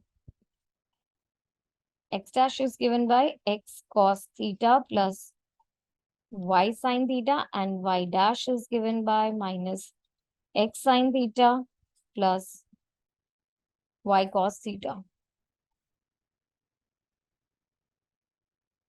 Theta is 45 degree, it's given over here. So x becomes 2 root 2 cos 45 minus 3 root 2 plus minus sine 45. This is 2 root 2 into 1 by root 2 minus 3 by minus 3 into root 2 into this. You will have this as minus 1. So y dash is equal to minus 2 root 2 sine 45 plus minus this cos 45. This is equal to minus 2 root 2 into 1 by this minus 3 root 2 into 1 by this. This will be equal to minus 5. Right. So the new coordinates are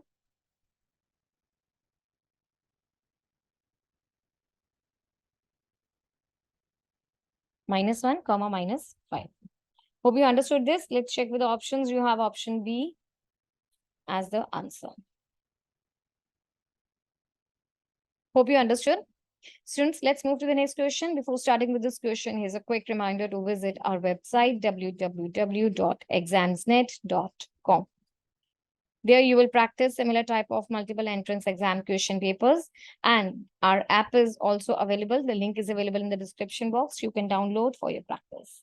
Let's start with question number 42. It says the sum of the square of the intercepts made by the line 5x minus 2y is equal to 10 on the coordinate axis equals. Fine. You're given the line 5x minus 2y is equal to 10, which gives you 5x upon 10 minus 2y upon 10 is equal to 1, or x upon 2 minus plus y upon minus 5 is equal to 1. So its intercept on x-axis is 2 and y-axis is minus 5.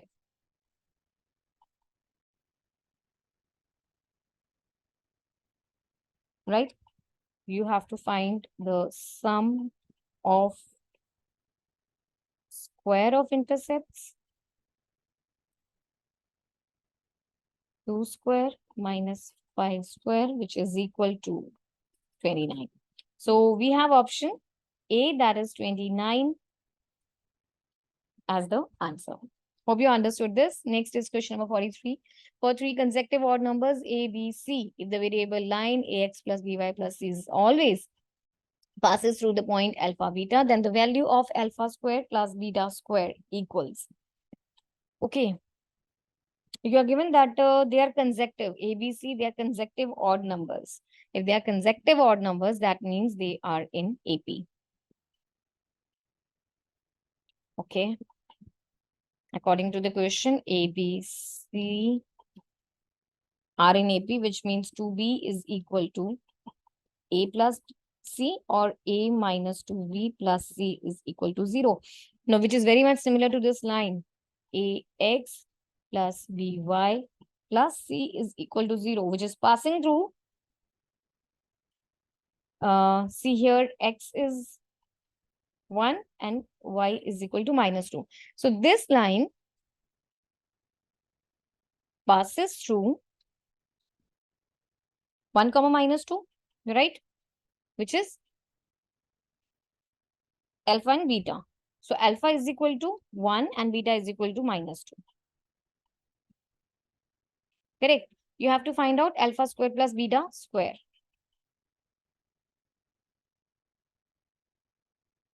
Five. That's it. We have option C, that is 5 as the answer. Hope you got that. Next is question number 44. The line which is parallel to x-axis and crosses the curve y is equal to root of x at an angle of 45 degree is. Okay, the line is parallel to x-axis. Therefore, the line is given by, since line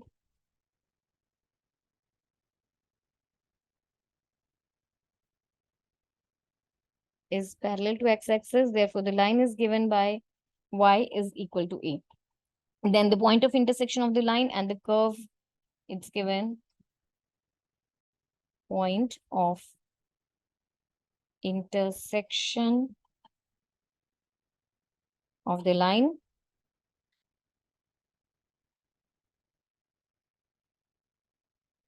y is equal to a, and curve y is equal to root x becomes a is equal to, see from here, both of them, a is equal to root x, which gives you x is equal to a square. And if x is equal to a square, then what is y? That is equal to root of x, that is a. So the point of intersection is a square comma a. Now the slope of curve at any point is given. Slope of curve y is equal to this. Slope is given by dy by dx. That's equal to 1 by 2 root x. Now, at the point of intersection, which is a square comma a, curve and line make angle of 45 degree. That means dy by dx at the point a square comma a is equal to, see, the slope is given by tangent of the angle, that is tan of 45 degree, that is equal to 1. That means 1 upon 2 root of x. X was equal to a square here, right? At this. So this is equal to 1 by 2. A is equal to 1, or A is equal to 1 by 2. What we needed to find out in the question was the line which is parallel to this and crosses y is equal to, we need to find the equation of the line. So y was equal to a, we assume. So y is equal to 1 by 2.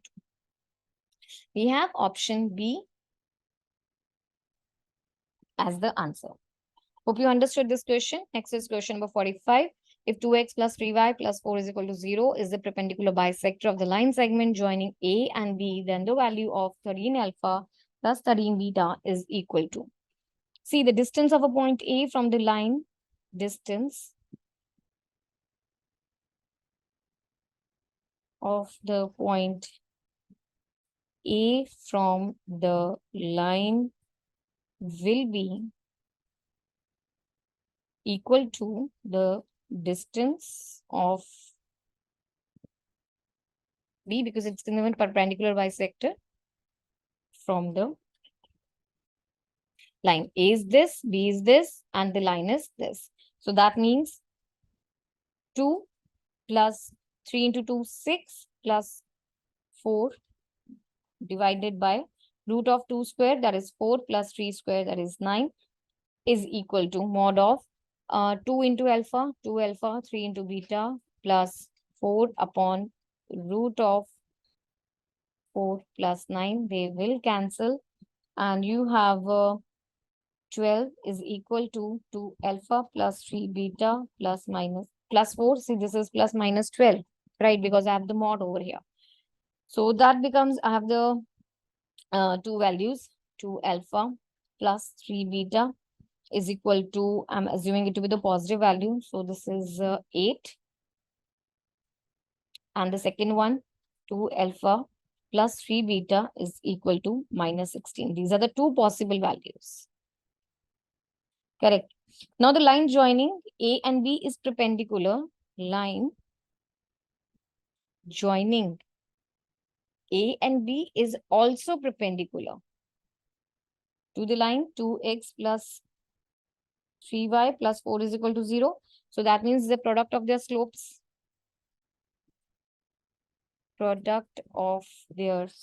is equal to minus 1. So the slopes will be given by beta minus 2 upon alpha minus 1 multiplied by the slope of this. This slope is 1 by 3 minus 2x minus 4. So the slope is minus 2 by 3. This is the slope. This is equal to minus 1. This gives you beta minus 2 upon alpha minus 1 is equal to 3 upon 2, right? 2 beta minus 4 is equal to 3 alpha minus 3, or 2 beta minus 3 alpha is equal to 1. Let's say this is equation 3. Now solving 2 and 3. We get, see, solving 2 and 3, this was this, and second one was 2 alpha plus 3 beta is equal to minus 1.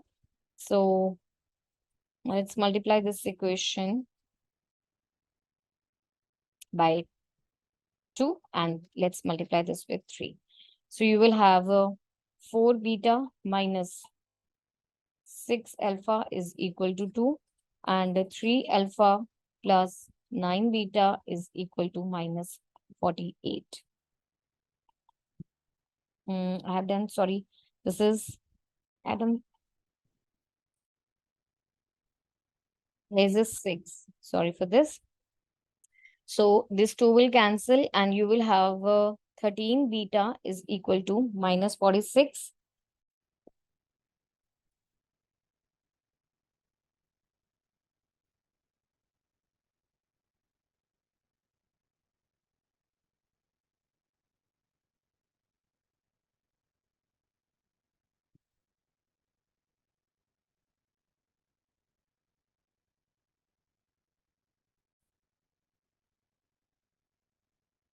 Or beta is equal to minus 46 upon 13. Okay, you will solve and you will get the value of alpha as minus 35 upon 13. So you got the value of alpha as minus 35 by 13 and beta as minus 46 upon 13. So you have to find out 13 alpha plus 13 beta. 13 alpha plus 13 beta. I'll take 13 common. Alpha plus beta. This is 13 into minus 35 upon 13 minus 46 upon 13. That is equal to 13 will be taken outside, minus 35 minus 46 minus 81 is the answer. Okay. We have option A as the correct answer. Hope you understood this. See, in the question over here, there was a slight of confusion. I'll multiply the first equation by 2. So this becomes 4 beta minus 6 alpha is equal to 2. And 6 alpha, here was 6 alpha plus 9 beta is equal to minus 48. So these two will cancel. 13 beta is equal to minus 46, which gives you beta is equal to minus 46 upon 13. And alpha on solving will give you minus 35 upon 13. We had to find out the value of 13 alpha plus beta. That comes out to be minus 18. Hope you understood this. See, if you had to have, you would have used this equation, then even you would have got the same results.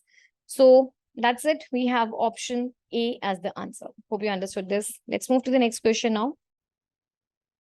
Question number 45. If 2x plus 3, 5 plus 4 is the perpendicular bisector of the line segment joining the points A and B, which are given by 1, 2 and alpha beta, then the value of 13 alpha plus 13 beta is equal to. Since the distance of the point A from the line, it's given that they are the bisector. So distance of point A from line will be equal to distance of point B from the line. Therefore, mod of, I'm considering this line and the point A. So this is 1 into 2, that's 2 plus 3 into 2, that is equal to 6 plus 4 whole divided by 2 square, that is 4 plus 3 square, that is 9, is equal to mod of alpha into 2, that's 2 alpha plus 3 beta plus 4 whole divided by root of 2 square plus 3 square. They will cancel out. And you have here 12. Mod of 12 is equal to 2 alpha plus 3 beta plus 4. Okay. So you can have 2 alpha plus 3 beta plus 4 is equal to 12. See, this is, when I'll open this can have the values as plus minus 12. So this will give 2 alpha plus 3 beta is equal to 8. Or I can have 2 alpha plus 3 beta plus 4 is equal to minus 12, which will give me, 2 alpha minus 3 beta is equal to minus 16. Also, you are given that these two lines, they are perpendicular bisector. These 2 points, this line is a perpendicular bisector of the line segment, which is joining these 2 points. Therefore, also the line joining the points A and B is perpendicular to the line 2x plus 3y plus 4 is equal to 0. What is the slope of this line? 3y is equal to minus 2x plus 4, or y is equal to minus 2 by 3x plus 4 by 3. So slope is minus 2 by 3. That is the coefficient of x, right? Okay, so that means the product of the two perpendiculars, the 2 lines, since they are perpendicular to each other, so the product of the slope is equal to minus 1. What is the, see, there was a point 1, 2, and the second one was this. And this was the equation of the line. So what is the, okay, what is the slope 1 for this line? This is beta minus 2 upon alpha minus 1. This is first slope, and this is the second slope. The product of the 2 slopes is equal to minus 1. This gives me beta minus 2 upon alpha minus 1 is equal to 3 by 2, or 3 beta, 2 beta minus 4 is equal to 3 alpha minus 3. This gives me 2 beta minus 3 alpha is equal to 1. So let's say this is equal to 3. This is equation 1 and 2. Okay, so let's solve. Solving 1 and 3 simultaneously. What was 1? It was 2 alpha plus 2 beta is equal to 8. 2 alpha plus 3 beta is equal to 8. And minus 3 alpha plus 2 beta is equal to 1.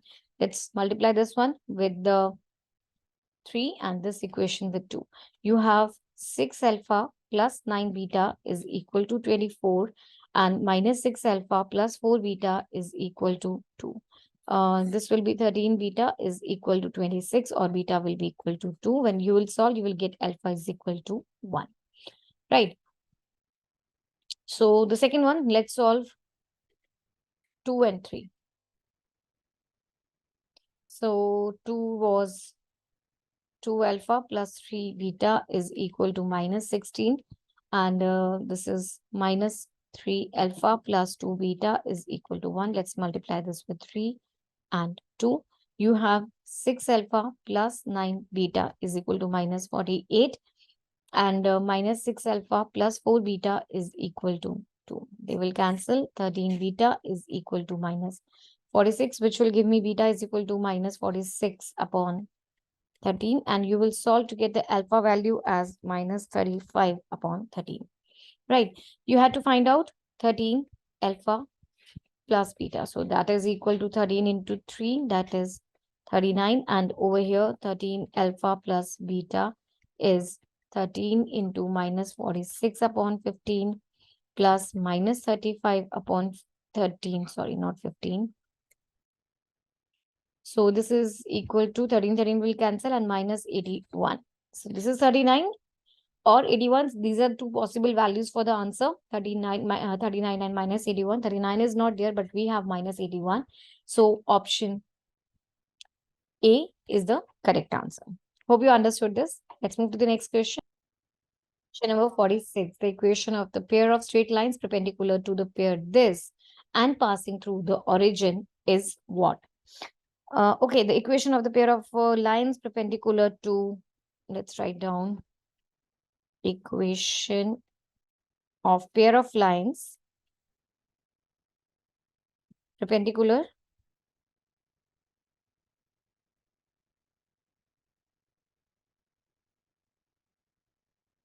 to the pair. If I take the general one, ax square plus 2hxy plus by square plus 2gx plus 2fy plus c is equal to 0, and passes through the origin is given by, and passes through origin is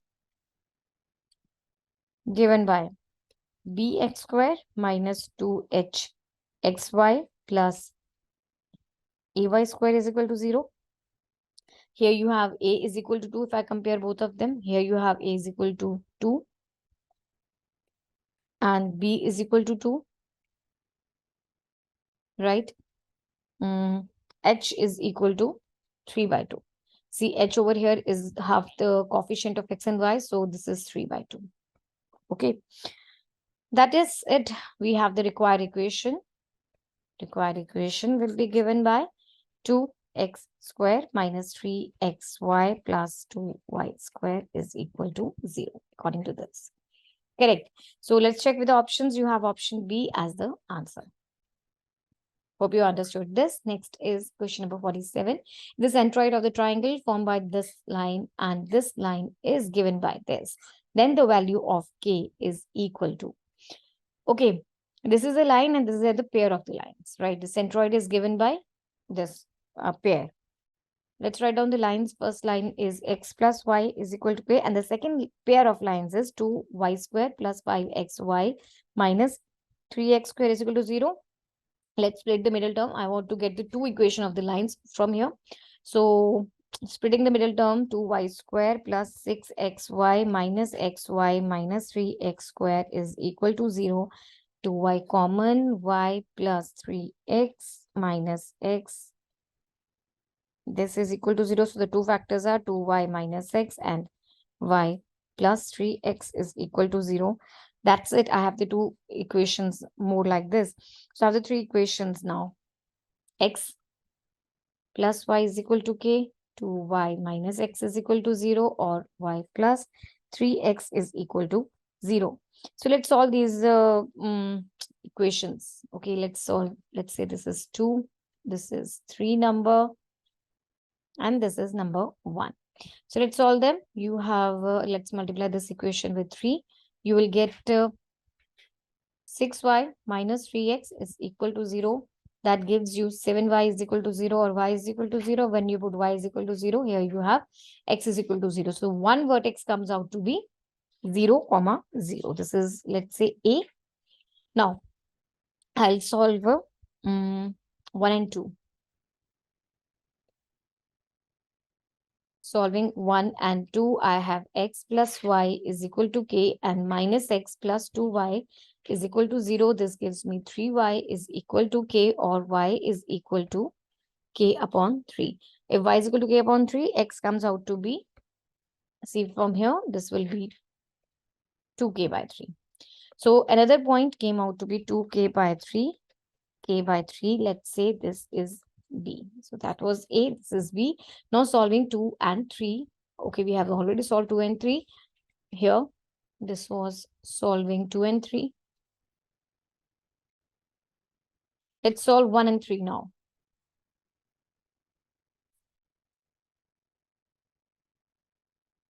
Solving 1 and 3, you have x plus y is equal to k and y plus 3x is equal to 0. Minus, minus, minus. I have minus 2x is equal to k, or kx is equal to minus k by 2. When you will solve, you will get y is equal to 3k by 2. That's it. I got the third point as well. So let's say this is C. Third point is this. So let's write down the 3 points. A is first vertex, 0, 0. B is 2k upon 3, k upon 3. C is minus k by 2, 3k by 2. These are the 3 points. And the centroid is given to you 1 by 18, 11 by 18.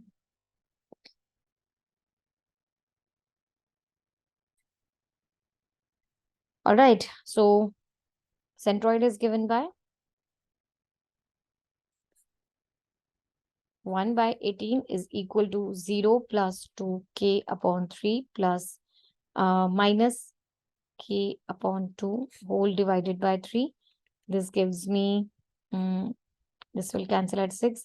1 by 6 is equal to 6 will come over here, and you have 4k minus 3k, or k will be equal to 1. That's it. We needed the value of k, I think, in the question. Yes, k equals to 1. Option C. Hope you understood this. Next is question number 48. So if M1 and M2, where M1 is greater than M2, are the slope of the lines, which is represented by these pair of lines, and what is their ratio equal to? You are given the pair of lines equation 5x squared minus 8xy plus 3y square is equal to 0. Let's split the middle term. You have 5x squared, that is minus 5xy minus 3xy plus 3y square is equal to 0. 5x common, x plus y minus 3y common, x here was, sorry, minus y. Minus y is equal to 0. Two factors are 5x minus 3y, and x minus y is equal to 0. Here the slope M1, if I say, see, these are the two possible lines. 5x minus 3y is equal to 0 and x minus y is equal to 0. Here the slope is 5 upon 3x, y is equal to 5 upon 3x, and y is equal to x. In this case, the slope M1 is equal to 5 upon 3 and M2 is equal to 1. Right. It's given that M1 is greater than M2. So this is, I'm taking 5 by 3 is greater than 1. So I'm taking M1 as 5 by 3 and I'm taking M2 as 1. You have to find out their ratio. M1 is to M2, and that is 5 by 3 is to 1, which is nothing but 5 is to 3. So we have option C as the answer. Hope you understood this. Next is question number 49. If the slope of one of the lines represented by this is the square of other, then what is the value of this expression? Find slope of one of the lines which is represented by this is the square of another. First of all, you are given the equation as this, right? So if I'm taking, let m be the slope of one of the lines, just talking about over here.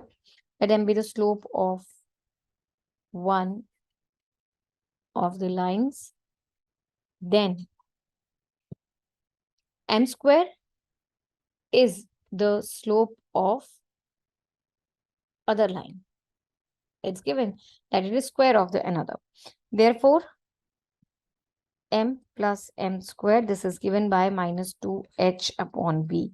And m into product of the two slopes, this is given by a upon b. Right.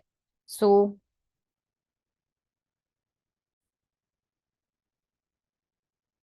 m plus m square, if I'm taking the cube of it, this is equal to first term cube plus second term cube plus 3m into m square into m plus m square.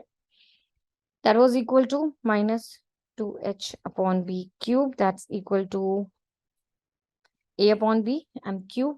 See from here. Plus m square. So this is equal to a upon m cube square, right? So this is a square upon b square plus 3 into ab into minus 2h upon b.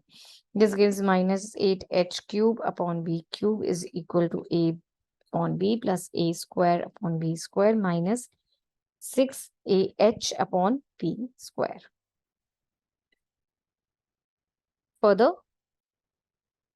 a upon b plus a square upon b square minus 6ah upon b square plus 8h cube upon b cube is equal to 0. Let's do the cross multiplication. You have here a square b plus a b square plus 8h cube. This is equal to 6abh. I'll take ab common.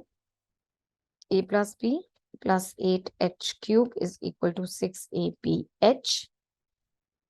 So a plus b, I'm dividing both sides by abh. So a plus b upon h plus 8h square upon ab is equal to 6, or a plus b upon h plus 8h square upon ab mod of this is equal to 6. So here we have option C as the answer. Right? Hope you understood this. Let's move to the next question, number 50. Find the equation of the tangents drawn to this circle at the point where x plus 7 is equal to 0 meets it. Okay. So you're given the equation of the circle as x squared plus y squared is equal to 50, and the line is x plus 7 is equal to 0. Point of intersection of both of them. Point of intersection of, let's say this as equation 1 and 2 of 1 and 2 is given by, let's solve it. You have from here x square plus y square is equal to 50. This gives me x square is equal to 50 minus y square, and here you have x is equal to minus 7, right? So that means root of 50 minus y square is equal to 7, or 50 minus y square is equal to 49, or 1 is equal to y square, which gives me the value of y as plus minus 1. So the 2 points of intersection, see x is equal to minus 7, point of intersection or contact are minus 7 comma 1 and minus 7 comma minus 1.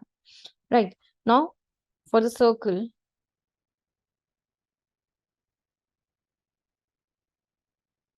for given circle x square, for any given circle x square plus y square is equal to r square. That means this circle is passing through the origin. Equation of tangent at x1 y1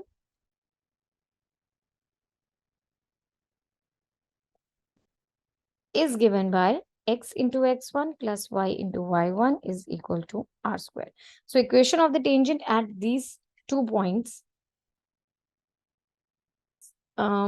see here it's better to say point of contact. Okay, right. So equation of tangent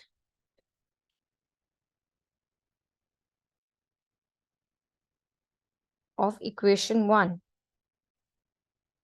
at these 2 points are minus 7x plus y is equal to 50, or minus 7x minus y is equal to 50.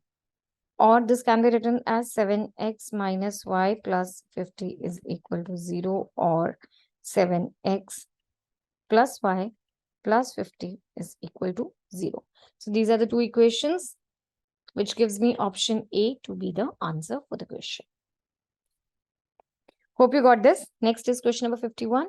If the chord of contact of tangents from a point on the circle this to the circle this touches the circle this, where then what is R1, R2, R3? They are in AP, HP, GP, or AGP. Okay, let's understand it again. If the chord of contact of tangents from a point on this circle to this circle touches the circle, third one. Fine. First of all, I'll assume x1, y1 be any point on the circle x square plus y square is equal to r1 square. Then x1 square plus y1 square is equal to r1 square. Right. Now, equation of chord of contact. Equation of chord of contact of tangents from x1, y1 to the circle x square plus y square is equal to r2 square is x into x1, y into y1 is equal to r2 square. Now equation 2, okay, I haven't named them yet. So this is equation 1 and this one is number 2. Okay, so, okay, fine. Therefore, equation 2 touches the third circle, that is x square plus y square is equal to r3 square. Now the length of perpendicular from the center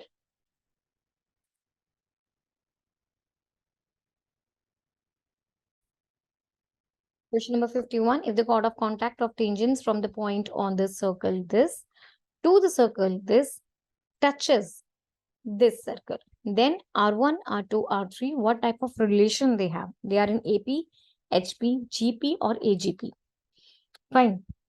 First of all, I'll say let x1, y1 be any point on the first circle on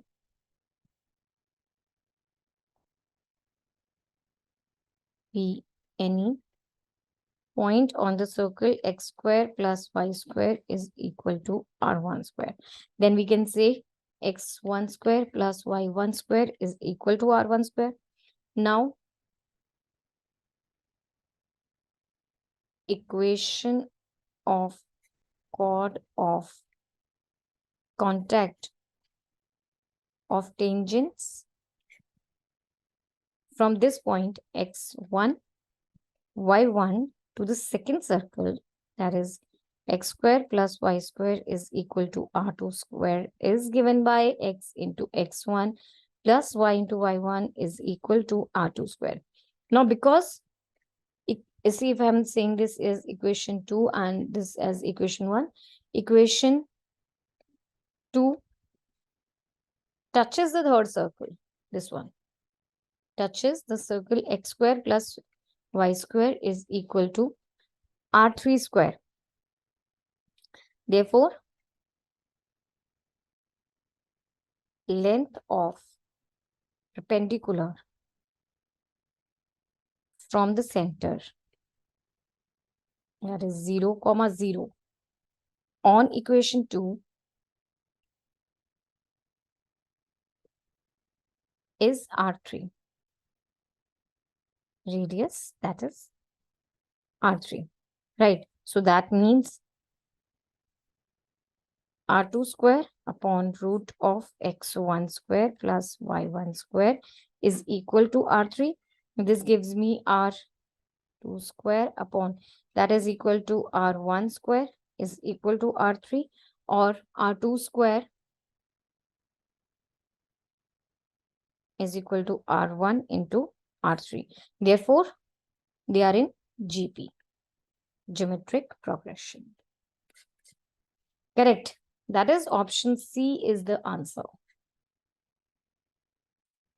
Hope you understood this. Let's move to the next question then. Question number 52. Find the equation of the circle passing through 1, comma, -2 and touching the x-axis at 3, comma, 0 is.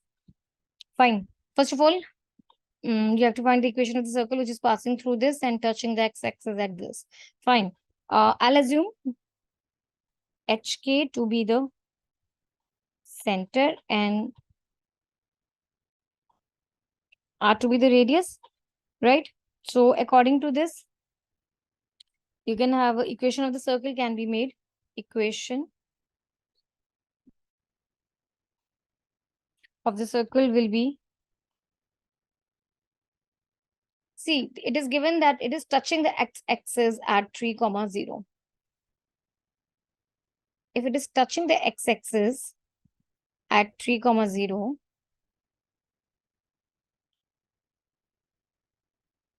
right? So that means the radius is 3. Correct? Question number 52. Find the equation of the circle which is passing through 1, comma, -2 and touching the x-axis at 3, comma 0. Okay, fine. I have to frame the equation of the circle. First of all, I'll go with the center. Let HK represents the center and let's say R is the radius of that circle. Okay. Now this circle is touching the x-axis.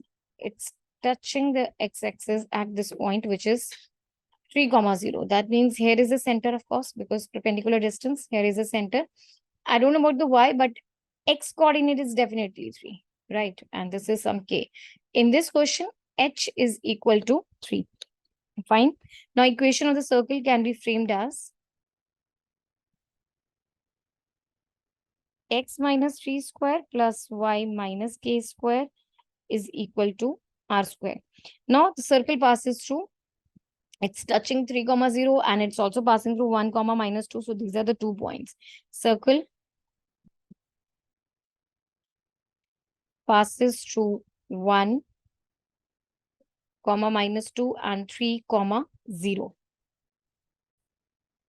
So I'll first use this. We will have a 0 square plus 0 minus k square is equal to r square. This gives me k square is equal to r square.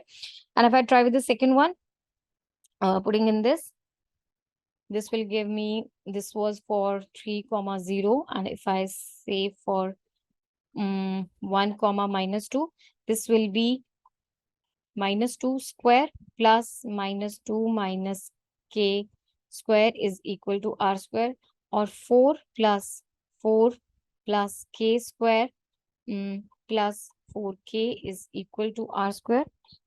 This gives me the quadratic in k square plus 4k plus 8 is equal to r square. Right. I already have that k square is equal to r square. So they will cancel out and you have 4k plus 8 is equal to 0, which gives me k is equal to -2. Right. Now, required equation of the circle becomes required equation of circle is x minus 3 square plus y. K was equal to -2 minus plus. So y plus 2 whole square is equal to r square. R was equal to -2 square. So this becomes x square plus y square minus 6x plus 4y plus 9 is equal to 0. Let's check with the options. You have here option D as the answer. Hope you got that. Next is question number 53. Let L1 be a straight line passing through the origin, L2 be the straight line x plus y is equal to 1 if the intercepts made by the circle x square plus y square minus x plus 3y is equal to 0 on L1 and L2 are equal, then which of the following equations represents L1? Okay, so you're given first thing that L1 be a straight line which is passing through the origin. Since L1 is passing through the origin, therefore its equation can be given by, for L1, the equation can be given by y is equal to mx because it passes through origin. Right. Now intercept made by L1 and L2 are equal. That means L1 and L2 are at the same distance from the center of the circle. This L1 and L2 are at same distance from this circle.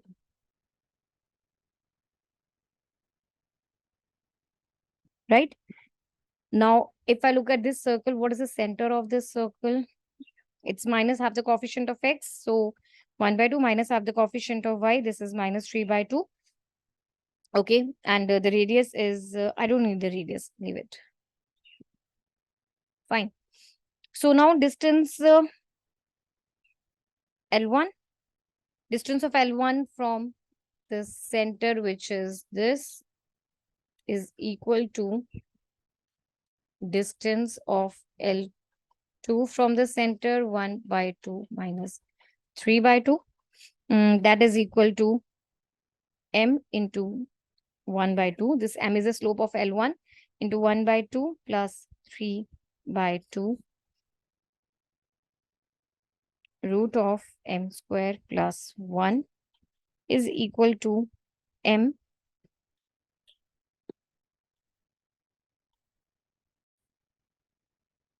Question number 53, let L1 be a straight line which is passing through the origin and L2 be a straight line which is given by x plus y is equal to 1. If the intercepts made by the circle this on L1 and L2 are equal, then which of the following equations represent L1? Fine, you are given that L1 is a straight line which is passing through origin. So the equation for L1 can be given by y is equal to mx because it is passing through the origin. And L2 is given to you as x plus y minus 1 is equal to 0. Here you have y minus mx is equal to 0. And if I talk about this circle, x square plus y square minus x plus 3y is equal to 0. Center is given by minus half the coefficient of x, that is 1 by 2, minus half the coefficient of y, that is minus 3 by 2. Okay. Center is given by 1 by 2 minus 3 by 2 minus g minus f according to this. Right. Now it's given in the question that L1 and L2, they are on the same distance from the center of the circle. According to the intercepts made by the circle on L1 and L2 are equal. So distance of L1 from center, okay, is equal to distance of L2 from the center, that is equal to y minus mx is equal to 0, and the center was this. The distance is equal to x plus y minus 1 is equal to 0 and the center. So these two centers, these two distances are equal. That means here this will be m into 1 by 2 minus minus plus this. This is minus m 1 by 2 and this is minus this, whole divided by m square plus 1 is equal to mod of 1 by 2 into 1 minus 3 by 2 into 1 minus 1 whole divided by 1 square plus 1 square. Okay, this becomes 3 by 2 minus m by 2 plus m by 2 whole divided by root of m square plus 1 is equal to, this is gonna give you minus 4 by 2, or this will be equal to 2 upon root of 2. Okay. So you have here m plus 3 upon 2 into root of m square plus 1 is equal to this, right? Let's do the squaring on both the sides. You have m plus 3 whole square is equal to upon 4 into m square plus 1 is equal to 4 upon 2. This will be m plus 3 whole square is equal to 8 into m square plus 1. Or let's open it. You have m square plus 9 plus 6m is equal to 8m square plus 8. Or you have 7m square minus 6m minus 1 is equal to 0. So the two roots come out to be m is equal to 6 plus minus b square, that is 6 minus 6 square, 36 plus 4ac. So that is equal to 28 upon 2 into 7, 2a, that is 2 into 7, that is equal to 14. So this is 6 plus minus 8 upon 14. That's it. So if I have m is equal to 6 plus 8 upon 14, this gives me 1. If I have m is equal to 6 minus 8 upon 14, this is equal to minus 1 by 7. Now, for this, L1 is given by y is equal to x, and L1 in this case is given by y is equal to minus 1 by 7x. Here you have x minus y is equal to 0, and here you have x plus 7y is equal to 0. These are the two equations possible. So we have option B as the answer. Hope you understood. Next is question number 54. The radius of the circle whose center lies at 1, 2 while cutting the circle this orthogonally is dash units. Fine. You are given the equation of the circle as x square plus y square plus 4x 16y minus 30 is equal to 0. If I compare it with the given general equation, that is x square plus y square plus 2g1x plus 2f1y plus c1 is equal to 0. So you have g1 as 2, f1 as 8, and c1 as minus 30. So let the equation of the circle with the center, let equation of circle with center as 1, 2 is x square plus y square. This will be minus doubling this center. This is minus 2x minus doubling this. So this is minus 4y plus c is equal to 0. Okay. So here in this case, g1 is equal to minus 1, f2 is equal to minus 2, and c2 is equal to c. Now, these two equations, they are orthogonal. If I take these two equations, 1 and this one as 2. So equation 1 and 2 are orthogonal. That means perpendicular. So if they are orthogonal, that means 2g1, g2 plus f1, f2 is equal to c1 plus c2. So this is 2 into minus 2 minus 16 is equal to minus 30 plus c, or this gives me minus 18. So this is minus 36 is equal to this, or c is equal to minus 6. Okay. Now from equation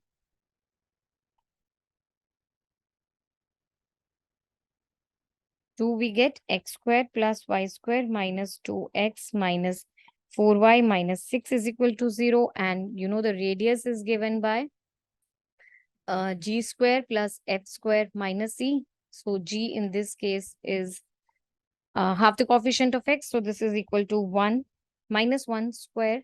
Half the coefficient of y, this is minus 2 square. minus of minus 6. That is equal to 1 plus 4 plus 6, that is root of 11. So you have option D as the answer. Hope you understood this. Let's move to the next question then. Question number 55. The point which has the same power with respect to each of the circles, this, and this is what? So let's say this is circle S1, this one. Let's say this is S2 and this is S3. So these are the three circles. The point which has the same power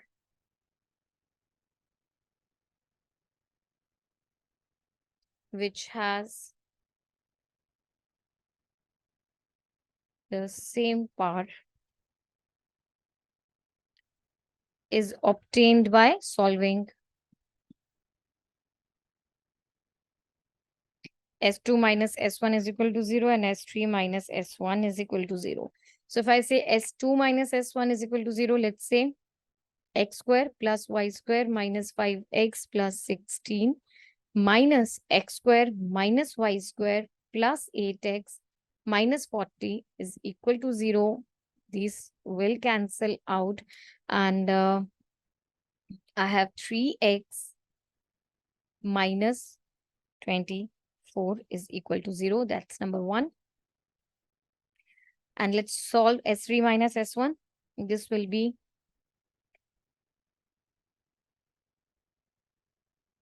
x square plus y square minus 8x plus 16y plus 160 minus x square minus y square plus 8x minus 40 is equal to 0. So again, these two cancellations and this also will cancel. You have a 16y plus 120 is equal to 0. This is equation 2. Okay, I have a 3x minus 24. From here, I have x is equal to 8. And from here, I have y is equal to 120 by 16. That is minus 15 by 2. Okay, so that's it. You have the point as 8 comma minus 15 upon 2. That's it. This is the answer to the question. Option B. Hope you understood this. Let's move to the next question, number 56. If one end of the focal chord of this parabola is given by these coordinates, then the length of the focal chord is what units? You're given the parabola as y square is equal to 8x. Let's say this is equal to 4ax. This gives you a is equal to 2. One end of focal chord is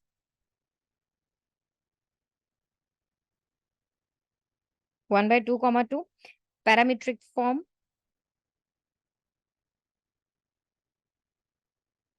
Parametric form of ends of focal chord is given by at1 square comma a 280. Here 280 is equal to 0, which gives you a was already 2, which gives you a is t is equal to 1 by 2. So length of the focal chord is given by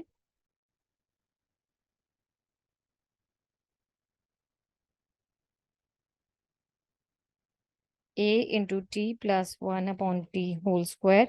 That is 2 into this plus this whole square, or this is equal to, that is equal to 25 upon 2. So this is the answer to the question, 25 upon 2, option C. Hope you understood this. Next is question number 57.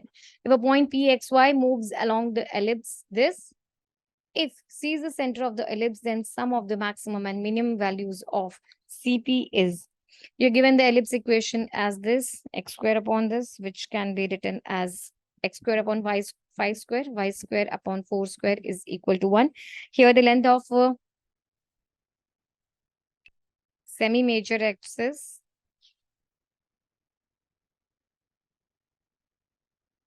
is equal to 5 and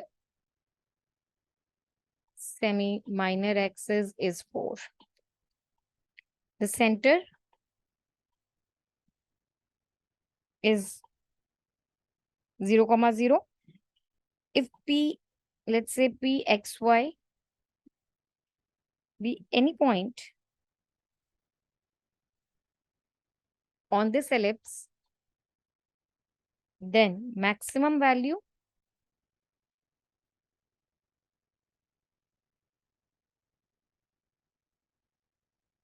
of CP is length of semi-major axis. That is 5.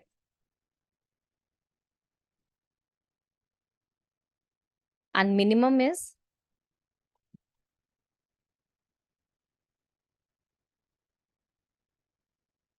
value will be length of the semi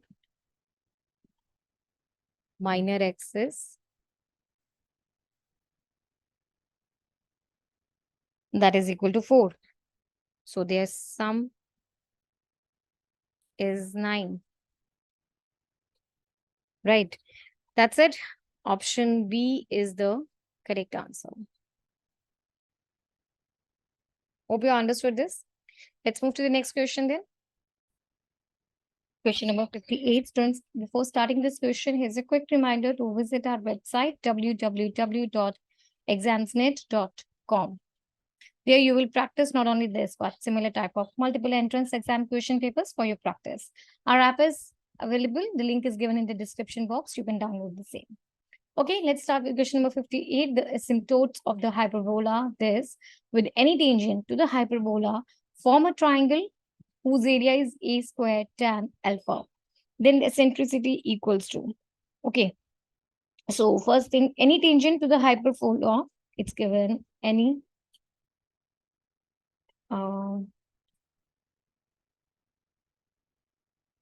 wait a minute, my pen is stuck. Okay. Any tangent to the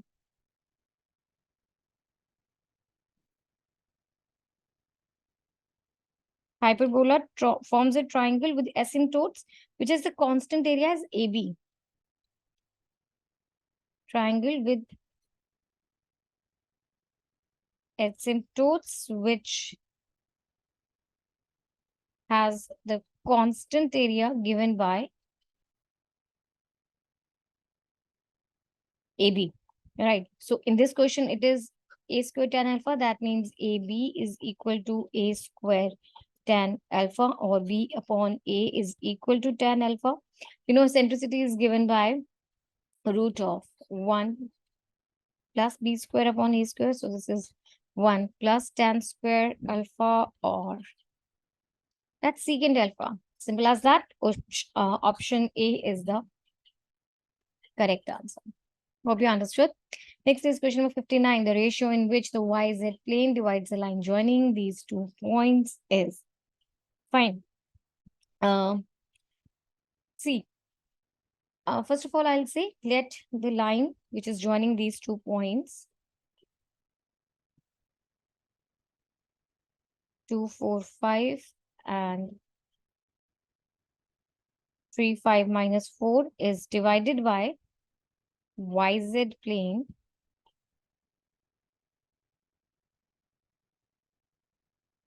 at C for YZ, X will be 0. So 0 YZ in the ratio of M is to N.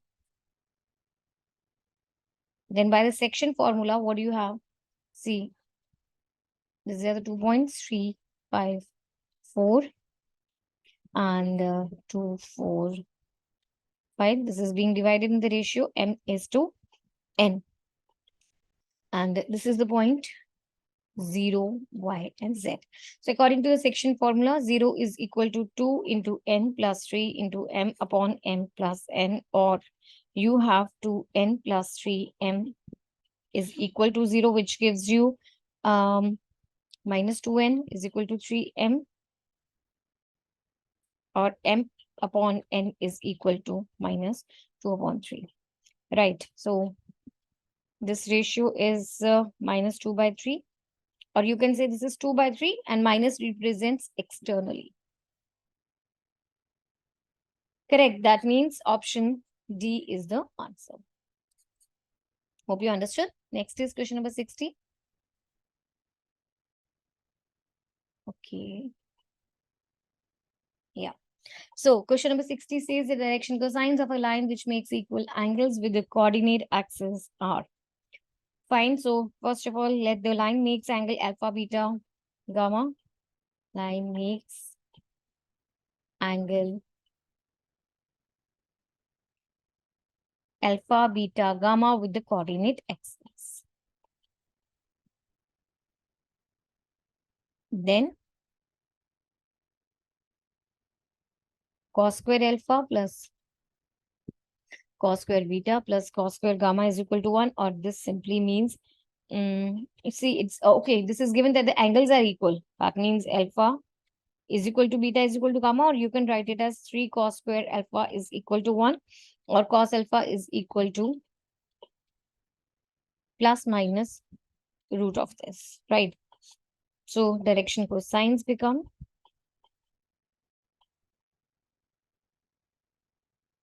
that's plus minus 1 by root 3 plus minus 1 by root 3 plus minus 1 by root 3, which is option C. So this is the correct answer to the question. Hope you understood. Next is question number 61. Let O be the origin and P be a point which is at a distance of 3 units from the origin. And the direction ratios of OP are this. Then what are the coordinates of P? Okay, so first of all, I'll say let the P has the coordinates X, Y, Z and origin, obviously 0, 0, 0. So direction ratios of OP are X, Y, Z only. But it's given the direction ratios of OP are this. Direction ratios of OP are 1, minus 2, which means X is equal to 1, Y minus 2, and Z minus 2. Therefore, coordinates of P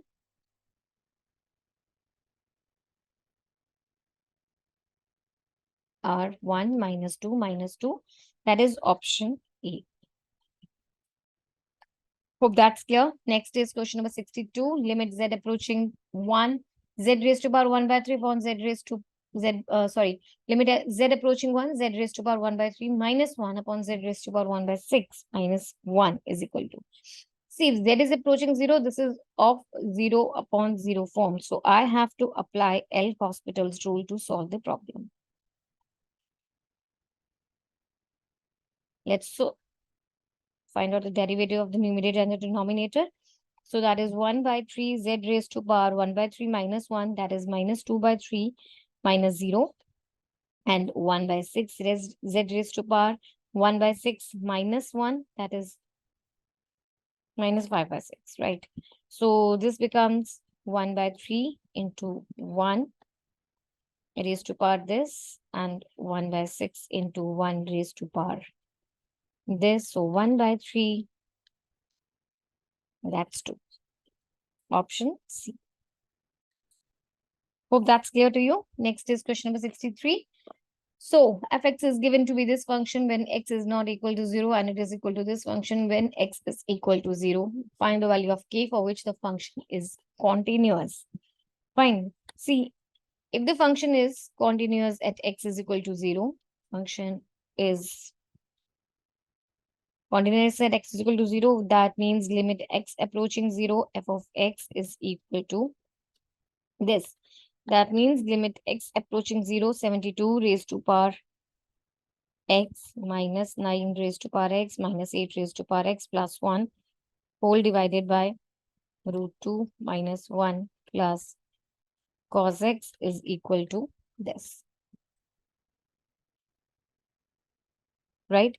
So that means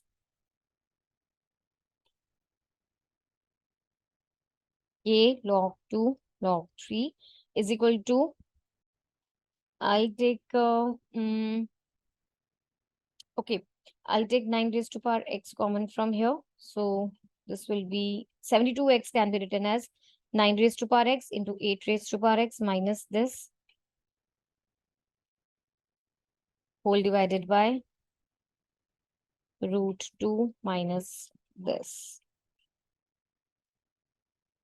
So I'll take 9 raised to power x common. You will have 8 raised to power x minus 1. Minus 1, 8 raised to power x minus 1 whole divided by this. So are the two factors as 9 raised to power x minus 1, 8 raised to power x minus 1 divided by this. Let's multiply the numerator and the denominator by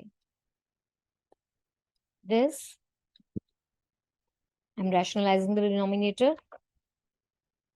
So here you have 9 raised to power x minus 1, 8 raised to power x minus 1, root 2 plus 1 plus cos x whole divided by a square minus b square, which is 2 minus 1 minus cos x.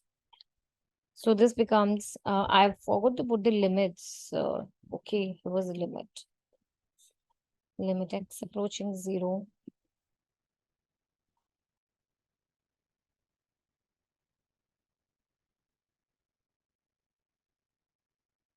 So this becomes, this will be 1 minus cos x. So that's equal to limit x approaching 0, 9 raised to power x minus 1. I can write it upon x into 8 raised to power x minus 1 upon x into 2, right? X raised to power 2 upon, this is 1 minus cos x. And this thing, let's write root 2 plus root 1 plus cos x. So now when x is approaching 0, see that is equal to log k log 2. Sorry, that is equal to log 9 and this is log 8. So log 9 into log 8 into 2. Question number 63. Fx is equal to 72 raised to power x minus 9 raised to power x minus 8 raised to power x plus 1 divided by root of 2 minus root of 1 plus cos x when x is not equal to 0, and that's equal to k log 2 log 3 when x is equal to 0. You have to find the value of k for which the function is continuous. See, you're given function is continuous. So this is continuous at x is equal to 0 as well. So if the function is continuous at x is equal to 0, that means limit x approaching 0, f of x is equal to f of 0. This means limit x approaching 0, 72 raised to power x minus 9 raised to power x minus this plus 1 whole divided by root 2 minus this is equal to k log 2 log 3. Now I'll pick up the LHS only and solve it. So 72 raised to power x can be written as 9 raised to power x into 8 raised to power x. When the bases are when the powers are same, bases will multiply. Minus 9 raised to power x minus 8 raised to power x plus 1 divided by root 2 minus root 1 plus cos x. Right, I'll take 9x common. So two factors. Okay, first let's write this. Divided by root 2 minus this. So this is equal to 9 raised to power x minus 1, 8 raised to power x minus 1 divided by root 2 minus this. Let's rationalize the denominator, multiplying the numerator and denominator by root 2 plus 1 plus cos x upon root 2 plus 1 plus cos x. So this will give you limit x approaching 0, 9x minus 1, 8 raised to power x minus 1, root 2 plus this whole divided by a squared minus b squared. So that's 2 minus 1 minus cos x. Fine. This is limit x approaching 0, 9x minus 1, 8x minus 1, root 2 plus 1 plus cos x whole divided by 1 minus cos x, right? Now further, I'll do one more thing. 9x minus 1 upon x into 8 raised to power x minus 1 upon x, and x square I'll multiply over here. So this is this x multiplied by root 2 plus 1 plus cos x.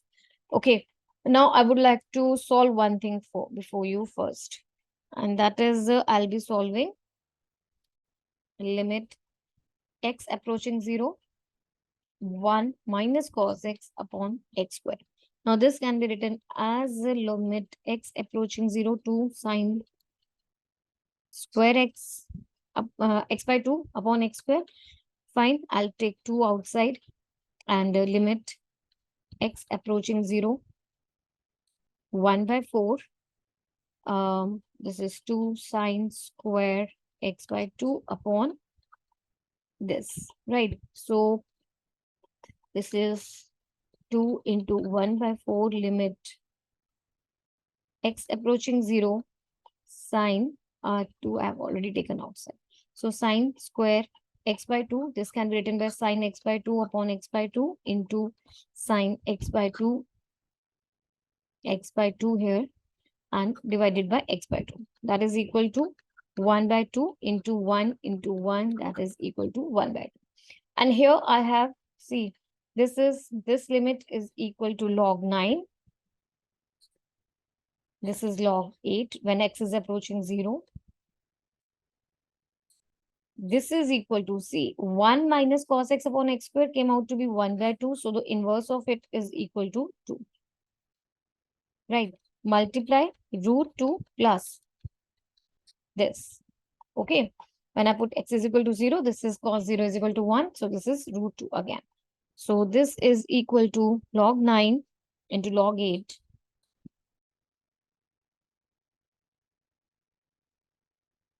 into 2 into root 2 into root 2.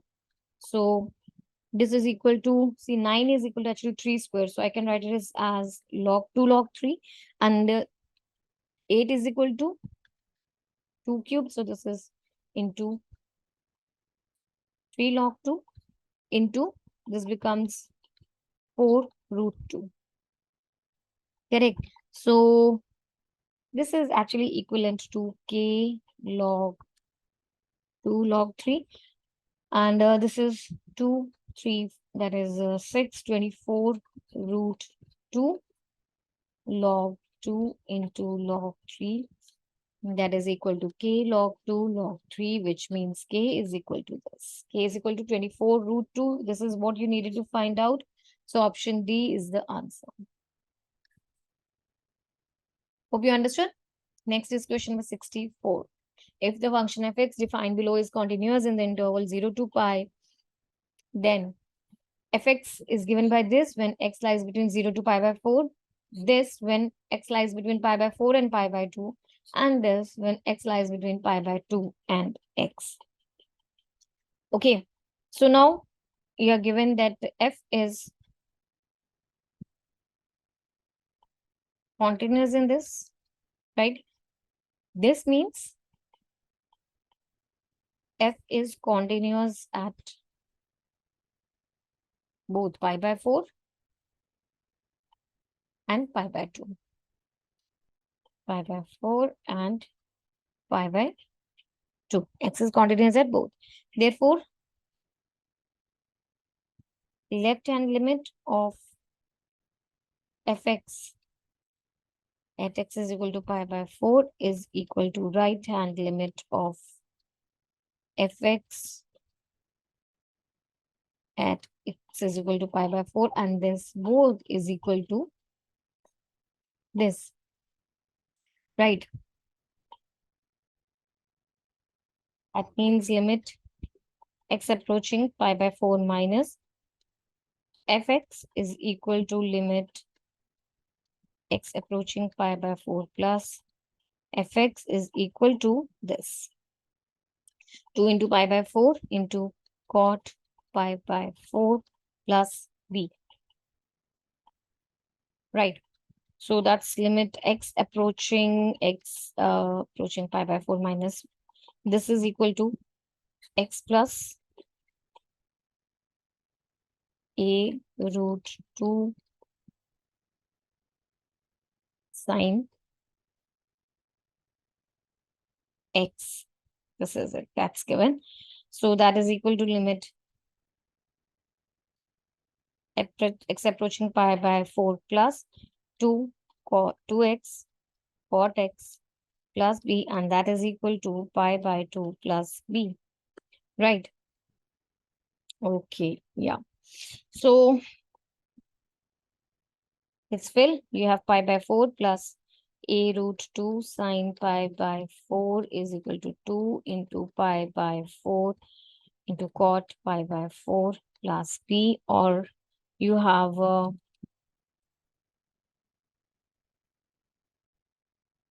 number 64 is the function fx defined below is continuous in the interval 0 to pi, and fx is given by this function when x is between 0 to pi by 4. This when x is between pi by 4 to pi by 2, and this when x is between pi by 2 and pi. Fine. So you are given first thing that f is continuous in the interval 0 to pi in interval 0 to pi. This means f is continuous at x is equal to pi by 4 and pi by 2, these two ones. Okay. Now, if it is continuous, therefore, the left hand limit of fx at x is equal to pi by 4 is equal to the right hand limit of fx at x is equal to pi by 4, and they both are equal to f of pi by 4. This gives me limit x approaching pi by 4 minus fx is equal to limit x approaching pi by 4 plus pi by 4 plus fx. Now this is, see, this is equal to 2x cot x plus b. So that is equal to limit x approaching pi by 4 plus it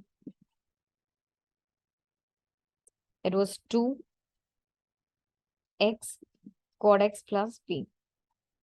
Fine. So this is limit x approaching pi by 4 minus.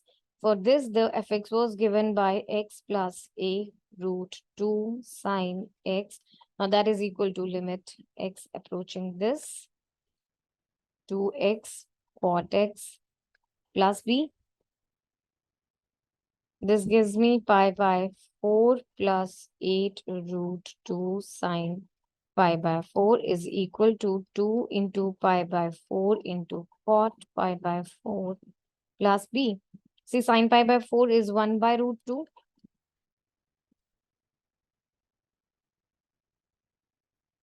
And that is, you can write it as pi by 2 into 1 into b.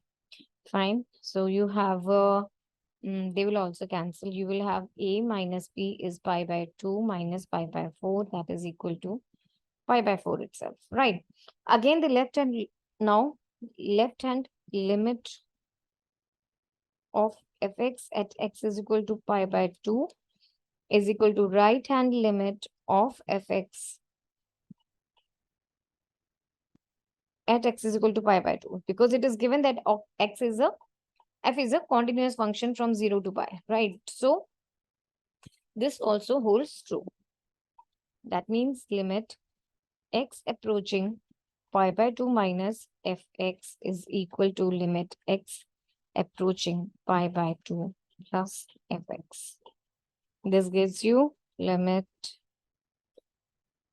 x approaching pi by 2 minus 2x plus cot, not plus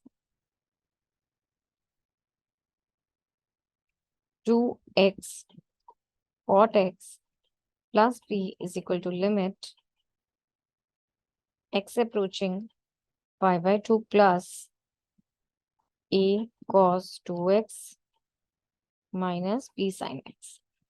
So this gives you 2 into pi by 2 into cot pi by 2 plus b is equal to a cos pi minus sine pi by 2. Okay, so this gives you that is pi, and the cot of pi by 2 is equal to 1.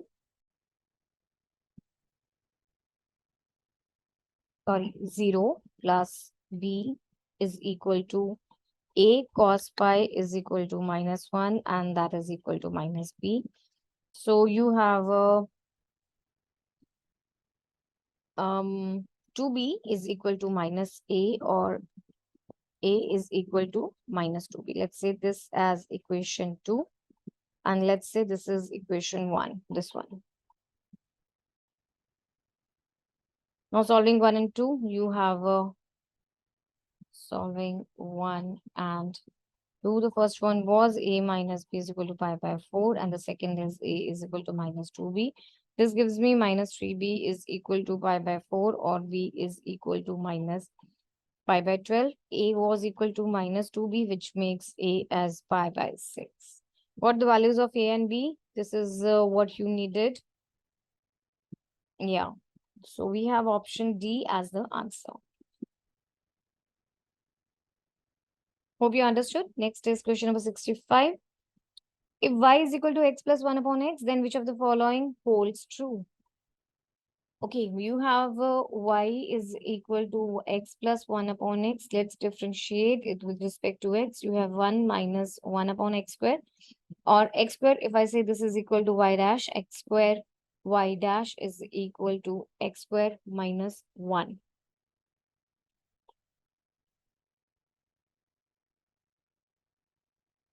So, okay, if I take this equation now, you can say here x square y is equal to x square plus 1. Xy is equal to x square plus 1. This gives you x square is equal to xy minus 1. So from both the equations, if I say this x square plus 1 is equal to xy, or there's no need, I will fill this x square value in this equation. You will get x square y dash is equal to x square will be replaced by xy minus 1 minus 1, that is equal to xy minus 2, or you have x square y dash minus xy is equal to minus 2. Find x square y dash minus xy plus 2 is equal to 0. So this is the equation, x square y dash minus xy plus 2. This is option C. Right, I'll discuss the sum once again. So y was equal to x plus 1 upon x. I found the first derivative. This gives me y dash is equal to 1 minus 1 upon x square. Let's do the cross multiplication. You got x square into y dash is equal to x square minus 1. Also from this equation, you have x into y is equal to x square plus 1. From here, you have x square is equal to xy minus 1. So I filled that value in this equation, and I got the required equation as this. Hope you got that. Next is question number 66. If y is equal to tan inverse this expression where x squared is less than 1, then what is the first derivative of y with respect to x? Okay, before solving the question, I will do one substitution. I will put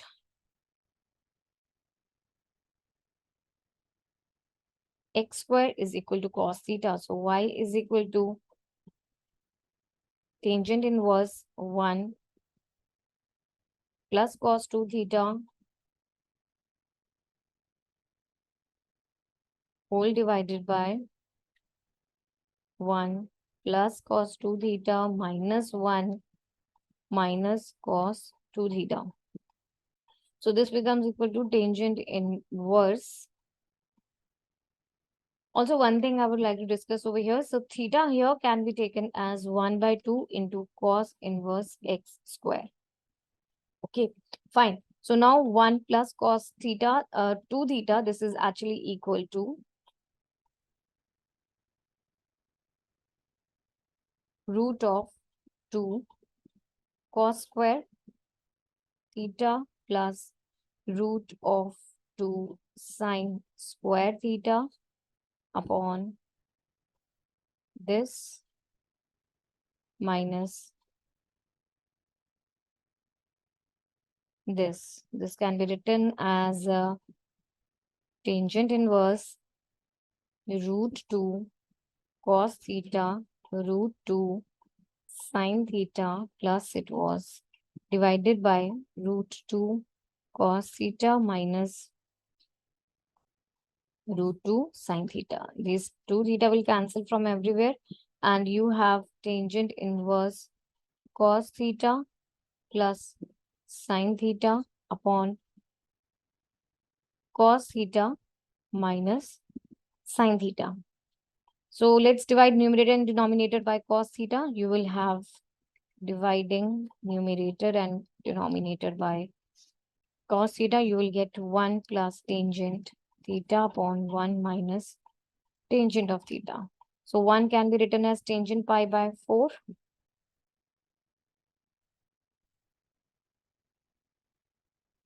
One minus tangent pi by 4 into tangent theta. This is the formula for tangent pi by 4 plus theta.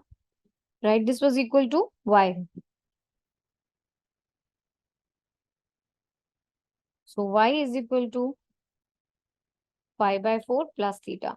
And theta we already saw. What was theta? This is equal to 1 by 2 cos inverse x square. So y becomes equal to pi by 4 plus half cos inverse x square. I have to find out dy by dx.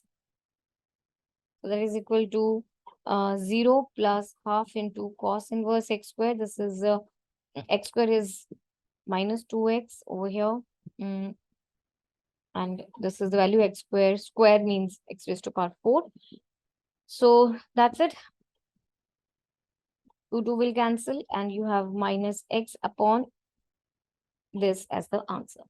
Let's check. You have option D as C as the answer. Hope you understood this. Next is question number 67. 3 sine xy plus 4xy is equal to 5. Then dy by dx is equal to. You are given 3 sine xy, 4 cos xy is equal to 5.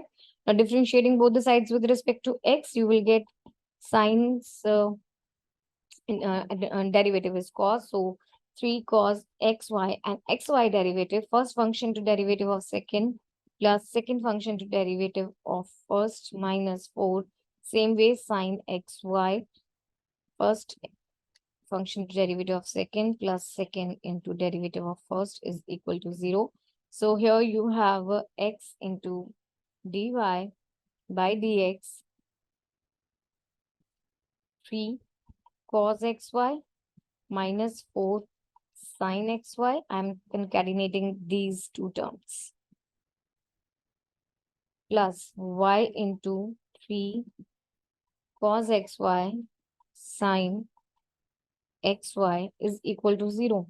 So this means 3 cos xy minus 4 sin xy into x into dy by dx plus y is equal to 0. This gives you x into dy by dx plus y is equal to 0, or dy by dx is equal to minus y upon x, because I was interested only in finding dy by dx. So this is minus y by x. Option C is the correct answer. Hope you understood. Next is question number 68. fx is given by root of x square plus 1 and gx is given by x plus 1 upon x square plus 1. hx is 2x minus 3. You have to find out f dash of h dash of g dash x. Fine. This is f dash fx. I'll start with this. So what is f dash x? That is given by 1 by 2 into this multiplied by derivative of x square, that is equal to 2x. This is equal to x upon root of x square plus 1. Correct. So now if I say then is h, okay, hx is 2x minus 3 for h dash x will be equal to 2. So h dash of gx, what was gx? It was this. So this is equal to h dash of g dash x. See, if I'm saying this is equal to h dash x is equal to 2, so that means h dash of g dash of x is also going to be 2, because h derivative is going to be 2. This is going to be constant. So h dash of g dash x is also going to be 2 only. Okay. Next, you have to find out f of f dash of h dash of g dash of x. That is equal to f dash of this. Sorry, this only. 2 only. And what was that? This will be 2 upon root of 2 square plus 1. That is equal to 2 upon root 5. That makes option B to be the answer. Hope you understood this. Next is question number 69. If the error committed in measuring the radius of a circle is 0.05%, then corresponding error in calculating the area is. So radius is the error which is committed in measuring the radius is 0.05. So that means the differentiation of r with respect, differentiation of r upon r is equal to this 0.05. Correct? Or dr is this 0.05 of original r. Now, area of circle, you know, that is equal to pi r square. And you have to find out error in calculating the area. So you have to find out dA upon dr, that is equal to 2 pi r, right? dA is equal to 2 pi r into dr, or dA upon A, that is error in calculating the area, is given by 2 pi r into dr upon pi r square. dr was equal to this.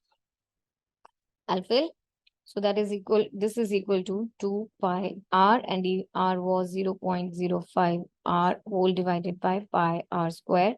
So this r will cancel, this will cancel with this, and you have 0.10 as the answer.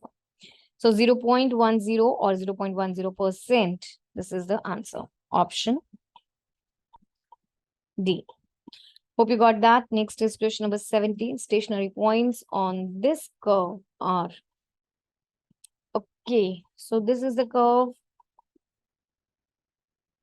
I'll write it like minus x raised to power 4 plus 8x square minus 4. Differentiating it with respect to x, you have dy by dx is equal to minus 4x raised to power 3 plus 16x plus 0. Right, I'll take 4x common. So this is 4x minus x square. Or this can be written as 2 minus x into, sorry, here is 4 only. 2 minus x into 2 plus x. Okay, fine, because this is 2 square minus x square, correct? So this is 4x into 2 minus x into 2 plus x. For the stationary points, we have, for stationary points, the derivative is 0, which makes 4x into this is 0. That gives you x is equal to 0, or 2, or x is equal to minus 2. So now if I'm taking x is equal to 0, y is minus 4 according to this equation. And if I'm taking x, let's write the equation here once. 8x square minus x raised to power 4 minus 4. x is equal to 2, this becomes y becomes equal to 12. When x is minus 2, y becomes equal to 12 again. So the stationary points are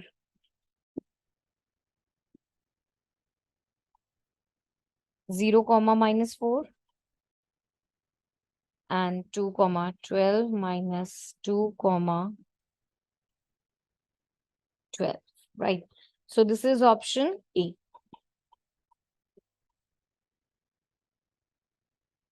Hope you understood this. Next is question number 71. Which statement among the following is true? First is the function x, fx is equal to x into x mod. It's strictly increasing on all the real values of r except 0. Okay, so first one says fx is equal to x into x mod, and this is equal to, see, x into minus x if x is less than 0, and this is equal to x into x, that is equal to x square if x is greater than equal to 0, right? That makes it fx is minus x square for x less than 0 and x square for greater than equal to 0. So that means f dash x, it's going to be greater than 2, greater than 0 for all x,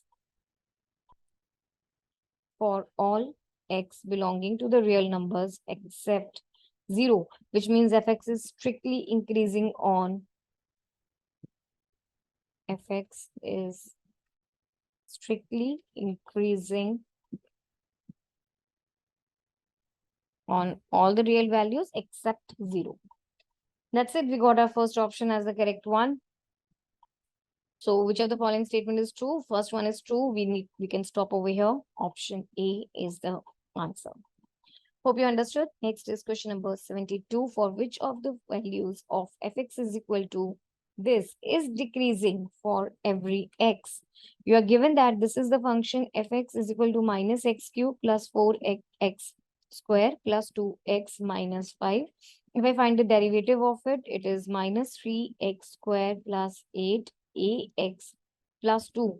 Now, discriminant over here. You know, discriminant is given by pi b square minus 4ac. So here the b is 8a. This is discriminant. So 8a square minus 4 into a into c. This is 64a square plus 24. See, this is the positive value and this is the positive value. That means this is greater than 0 for all a belonging to the real numbers. So that means fx is increasing for every real value of a. Fx is increasing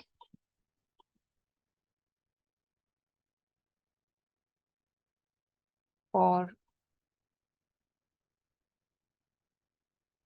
every real value of a. So it is decreasing. Now the question was, it is decreasing for every x. No value of a, no such value of a is there. Option D is the answer. Hope you got that. Next is question number 73. Distance between the origin and the normal to this curve drawn at x is equal to 0 is dash units. Fine. Okay, so first thing, you are given this curve y is equal to this derivative. Now, at x is equal to 0, this is equal to y is equal to e raised to power 0 plus 0, or this is equal to 1. And dy by dx is 2 into e raised to power 0 plus 0, or that is equal to 2. Now, equation of normal at 1, comma 0 is given by y, 0, comma 1. At 0, comma 1, this is the point, right? So at 0, comma 1, it's given by y minus 1 is equal to minus 1 upon dy by dx at x is equal to 0. Why? Because see, they are normal. So that means product of their slopes is equal to -1, right? So this is it. Y minus 1 is equal to this into x minus 0, where this is the slope of normal. Correct. All right. So here you have next is y minus 1 is equal to -1 upon this was equal to 2 and x. So you have y minus 1 is equal to minus x upon 2, or 2y minus 2 is equal to minus x. This is x plus 2y minus 2 is equal to 0. What you have to find out? Distance between the origin and the normal. So this is the equation, and you have to find distance between this equation and origin. Now this distance is equal to 1 into 0 plus 2 into 0 minus 2 upon root of 1 square plus 2 square, which is equal to, this will cancel. Sorry, this is 0. Sorry. Okay, so this is minus 2 mod. A minute. Okay, this is mod of minus 2 upon root 5, or this is equal to 2 upon root 5. 2 upon root 5 is option C. Hope you got that. Next is question number 74. If integral of dx upon x into x raised to power 4 minus 1 is equal to 1 by k into secant inverse x raised to power k, then the value of k is equal to. Here you have 1 upon k into secant inverse x raised to power k. This is equal to integral dx upon this. This can be 1 by 2 into, I'm taking 2x upon here, and x square. So it will be this, right? Further, I'm putting x square as t. That makes 2x dx is equal to t. So this equation now becomes 1 by 2 dt upon t into root of c. This was root, I missed this. Root of t square minus 1, right?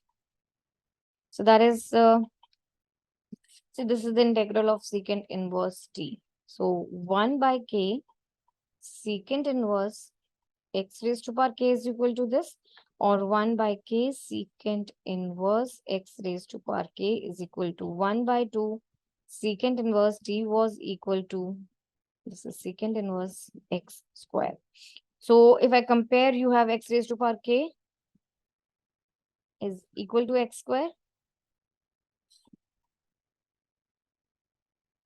My pen is talking, so we have k is equal to 2 as the answer, option B. Hope you understood this. Next is question number 75. You have to find out the integral of this given function e raised to power x into x plus 3 divided by x plus 5 raised to power 3. Okay, so let's say this is equal to some I. So I will be given by, you can write it as e raised to power x into x raised to power 3 upon x plus 5 whole square dx. So that is equal to integral of e raised to power x 1 upon x plus 5 square minus 2. You can write it like this, right? See why I have done this, because integral of fx plus f dash x ex is equal to e raised to power x fx plus c. So then this can be written as I is equal to e raised to power x upon x plus 5 whole square plus the constant c. That's it. You have option A as the answer. So first of all, I have split this whole term x plus 3 upon x plus 5 whole raised to power 3 as this. So question number 75, you have to find the integral of e raised to power x into x plus 3 upon x plus 5 whole raised to power 3 is equal, dx is equal to. So let's say this is equal to I. So this can be written as e raised to power x into 1 upon x raised to power 5 square minus 2 upon x raised to power 5 cube dx, right? Now, this can be written. I'll be using one formula. Let's discuss that formula first. Integral of fx plus f dash x e raised to power x dx. Yeah, dx is equal to e raised to power x into fx plus c. See, 1 upon x plus 5 whole square, the derivative of this is equal to minus 2 upon x plus 5 raised to power 3. So that's it. This can be written as, because this is the derivative of this particular expression. So this can be written as e raised to power x into 1 upon x plus 5 whole raised to power 2 plus the constant c. That's it. We got option A as the answer.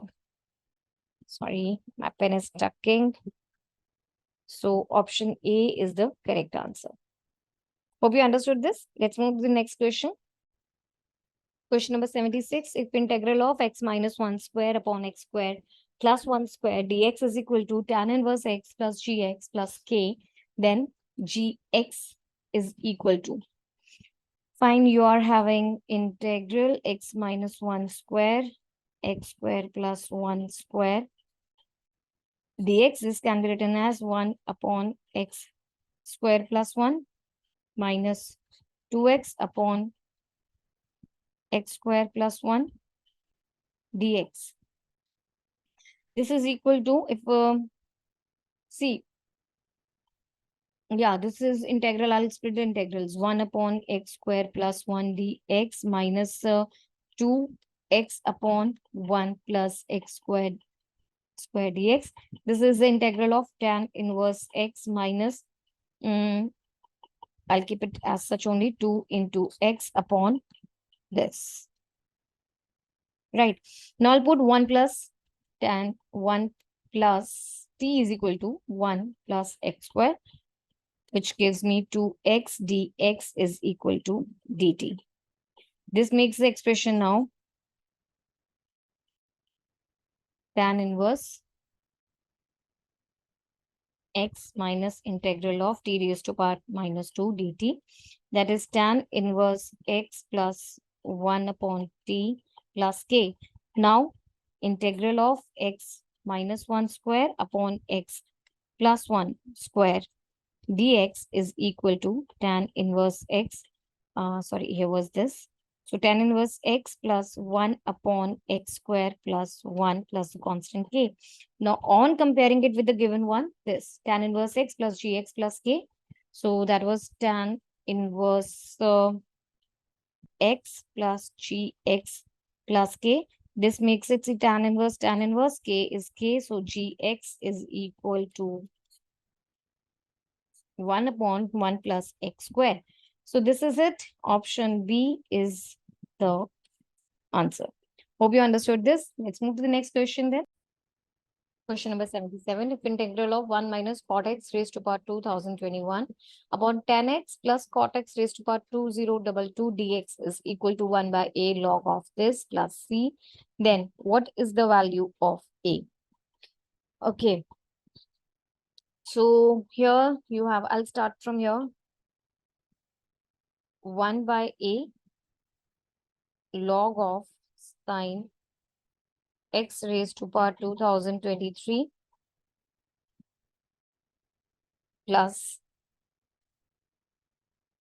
cos x raised to power 2023 plus c. Right, we are given this, and this is equal to integral of 1 minus cot x. Question number 77. If integral of this expression Look at it carefully. 1 minus cot x raised to power something upon tan x plus cot x raised to power 2022 dx is equal to 1 by a log of this plus c. Then a is equal to. Okay, so I'll start from here. Integral of 1 minus cot x raised to power 2021 upon tan x plus cot x raised to power 2022 dx is equal to, I'll open up, this will be 1 minus cos x upon cos x upon sin x raised to power 2021 whole divided by sin x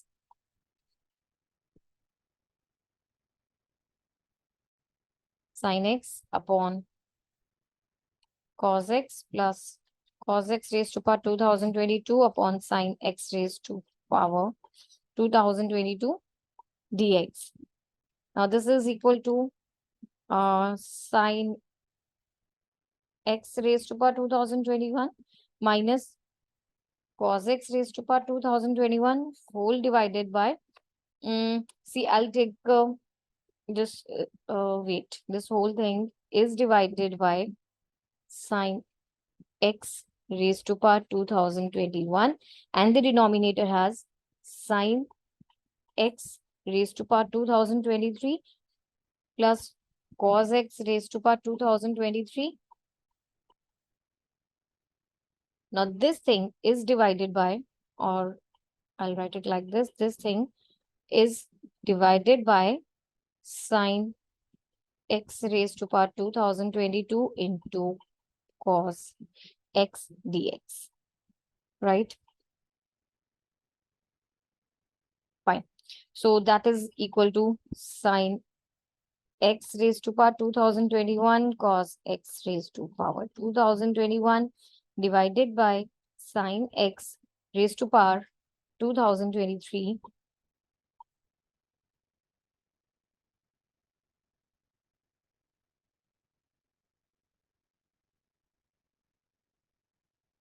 plus cos x raised to power 2023.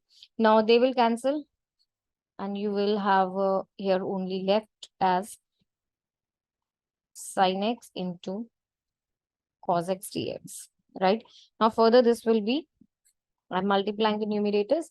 So this is equal to sin x raised to power 2022 into cos x minus sin x into cos x raised to power 2022 whole divided by sin x raised to power 2023 plus cos x raised to power 2023 into dx.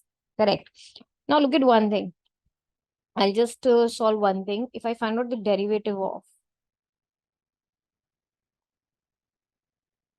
sin raised to power 2023 plus cos x raised to power 2023, this will be equal to 2023 into sin x raised to power 2022 into cos x plus 2023 into cos x raised to power 2022 into minus sin x, right? So this is something similar to this. If I take 2023 common, so this will be equal to sin x raised to power 2022 into cos x minus sin x into cos x raised to power 2022. Right? So this is something similar. I can write it like this. 1 upon 2023 integral of 2000. I'll solve it down. This can be written as 1 upon 2023 integral of 2023 into cos x into sin x raised to power 2022 minus sin x into cos x raised to power 2022 whole divided by sin x raised to power 2022 2023 plus cos x raised to power 2023 dx. Now, I'll discuss one formula. You know this, that integral of f dash x upon fx dx is equal to log of fx plus c. So, same thing, the numerator is the derivative of the denominator. So, this will become 1 upon 2023 into log of the denominator, that is sine x raised to power 2023 cos x raised to power 2023 plus c. Now in the question, this is equal to this. So comparing this expression with this one, you get the value of a as this, 1 upon a as this, right? Which gives you a is equal to 2023. That's it. A is equal to 2023. Option D is the answer. Hope you got that. Next is question number 78. Again, an integral problem. Limits are given 2 to 4. And modulus x minus 2 plus mod x minus 3 dx is equal to. So now let's say this is equal to this integral I. See, x minus a. This is equal to x minus a. Mod of it is equal to x minus a when x is greater than equal to a, and this is equal to minus x minus a if a is less than a. You know this thing, right? So according to that, this integral I is equal to limit 2 to 4 mod x minus 2 dx plus limit 2 to, I'll say 3. I'll split it up. So this is x minus 3 dx plus 3 to 4 x minus 3 dx integral 2 to 4 x minus 2 dx minus 2 to 3 x minus 3 dx plus 3 to 4 x minus 3 dx. So I'm using this. See, when x is greater than a, then I'm taking the positive value. And when x is less than a, I'm taking the negative value. So I'm taking the positive values over here. So let's find out integral. This is x square upon 2 minus 2x limits 2 to 4 minus x square upon 2 minus 3x limit 2 to 3 plus x square upon 2 minus 3x limit 3 to 4. So this becomes 16 by 2 minus 8 minus 4 by 2 minus 4 minus 9 by 2 minus 9, 4 by 2 minus 6 plus 16 by 2 minus 12 minus 9 by 2 minus 9. That is equal to 0. Minus of minus 2 minus 9 by 2 minus of minus 4 plus minus 4 minus of minus 9 by 2, that is equal to, see, everything is under the mod. I forgot, right? Everything is under the mod. So 0, that's 0 minus 2, that's plus 2 plus 9 by 2 plus 4 minus 4 plus this will cancel. And you have 2 plus 9, wait.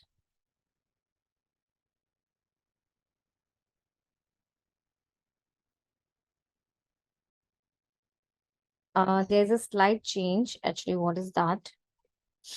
This is minus minus plus, and there is a minus outside. So this will again be minus. Okay. This becomes mod of 2 plus 9 minus 8. That is equal to 3. Okay, that's need to be mod over here actually. Fine. So you have 3, option C as the answer. Hope you understood this. Then let's move to the Second last question of this paper, question number 79, integral problem, limits -1/2 to 1/2. Greatest integer function x plus log of 1 plus x upon 1 minus x dx is equal to. Fine. So in this question, let's say this is equal to I, right? You know one thing, when I'm taking the integral of minus a to a fx dx, this can be written as 2 into 0 to a fx dx, provided f minus x is equal to fx and f of minus x is equal to, for this, sorry, just a minute. For this, you have this value is equal to 0. Okay, so when f of minus x is equal to x, this is equal to twice of limit 0 to a fx dx. And when f of minus x is equal to minus x, then this is equal to 0. So now let's get back to our question. We have -1/2 to 1/2. Greatest integer function of x plus log 1 plus x, 1 minus x dx is equal to. I'll split it up. You can write it like this is this. Limits will be same, -1/2 to 1/2 plus dx. Limits -1/2 to 1/2 log of 1 plus x, 1 minus x dx. Now let's say fx is equal to this. Right. So if I find out the minus of this, f of minus x, this is equal to log 1 minus x upon 1 plus x, and that is equal to minus fx. That means this is an odd function, right? F of minus x is equal to minus fx. This is an odd function. Let's try out with the second one. So this will be 0. Okay, this will come out to be 0 only. Now I'll concentrate on limit -1/2 to 1/2, greatest integer function. Wait, my pen is stuck.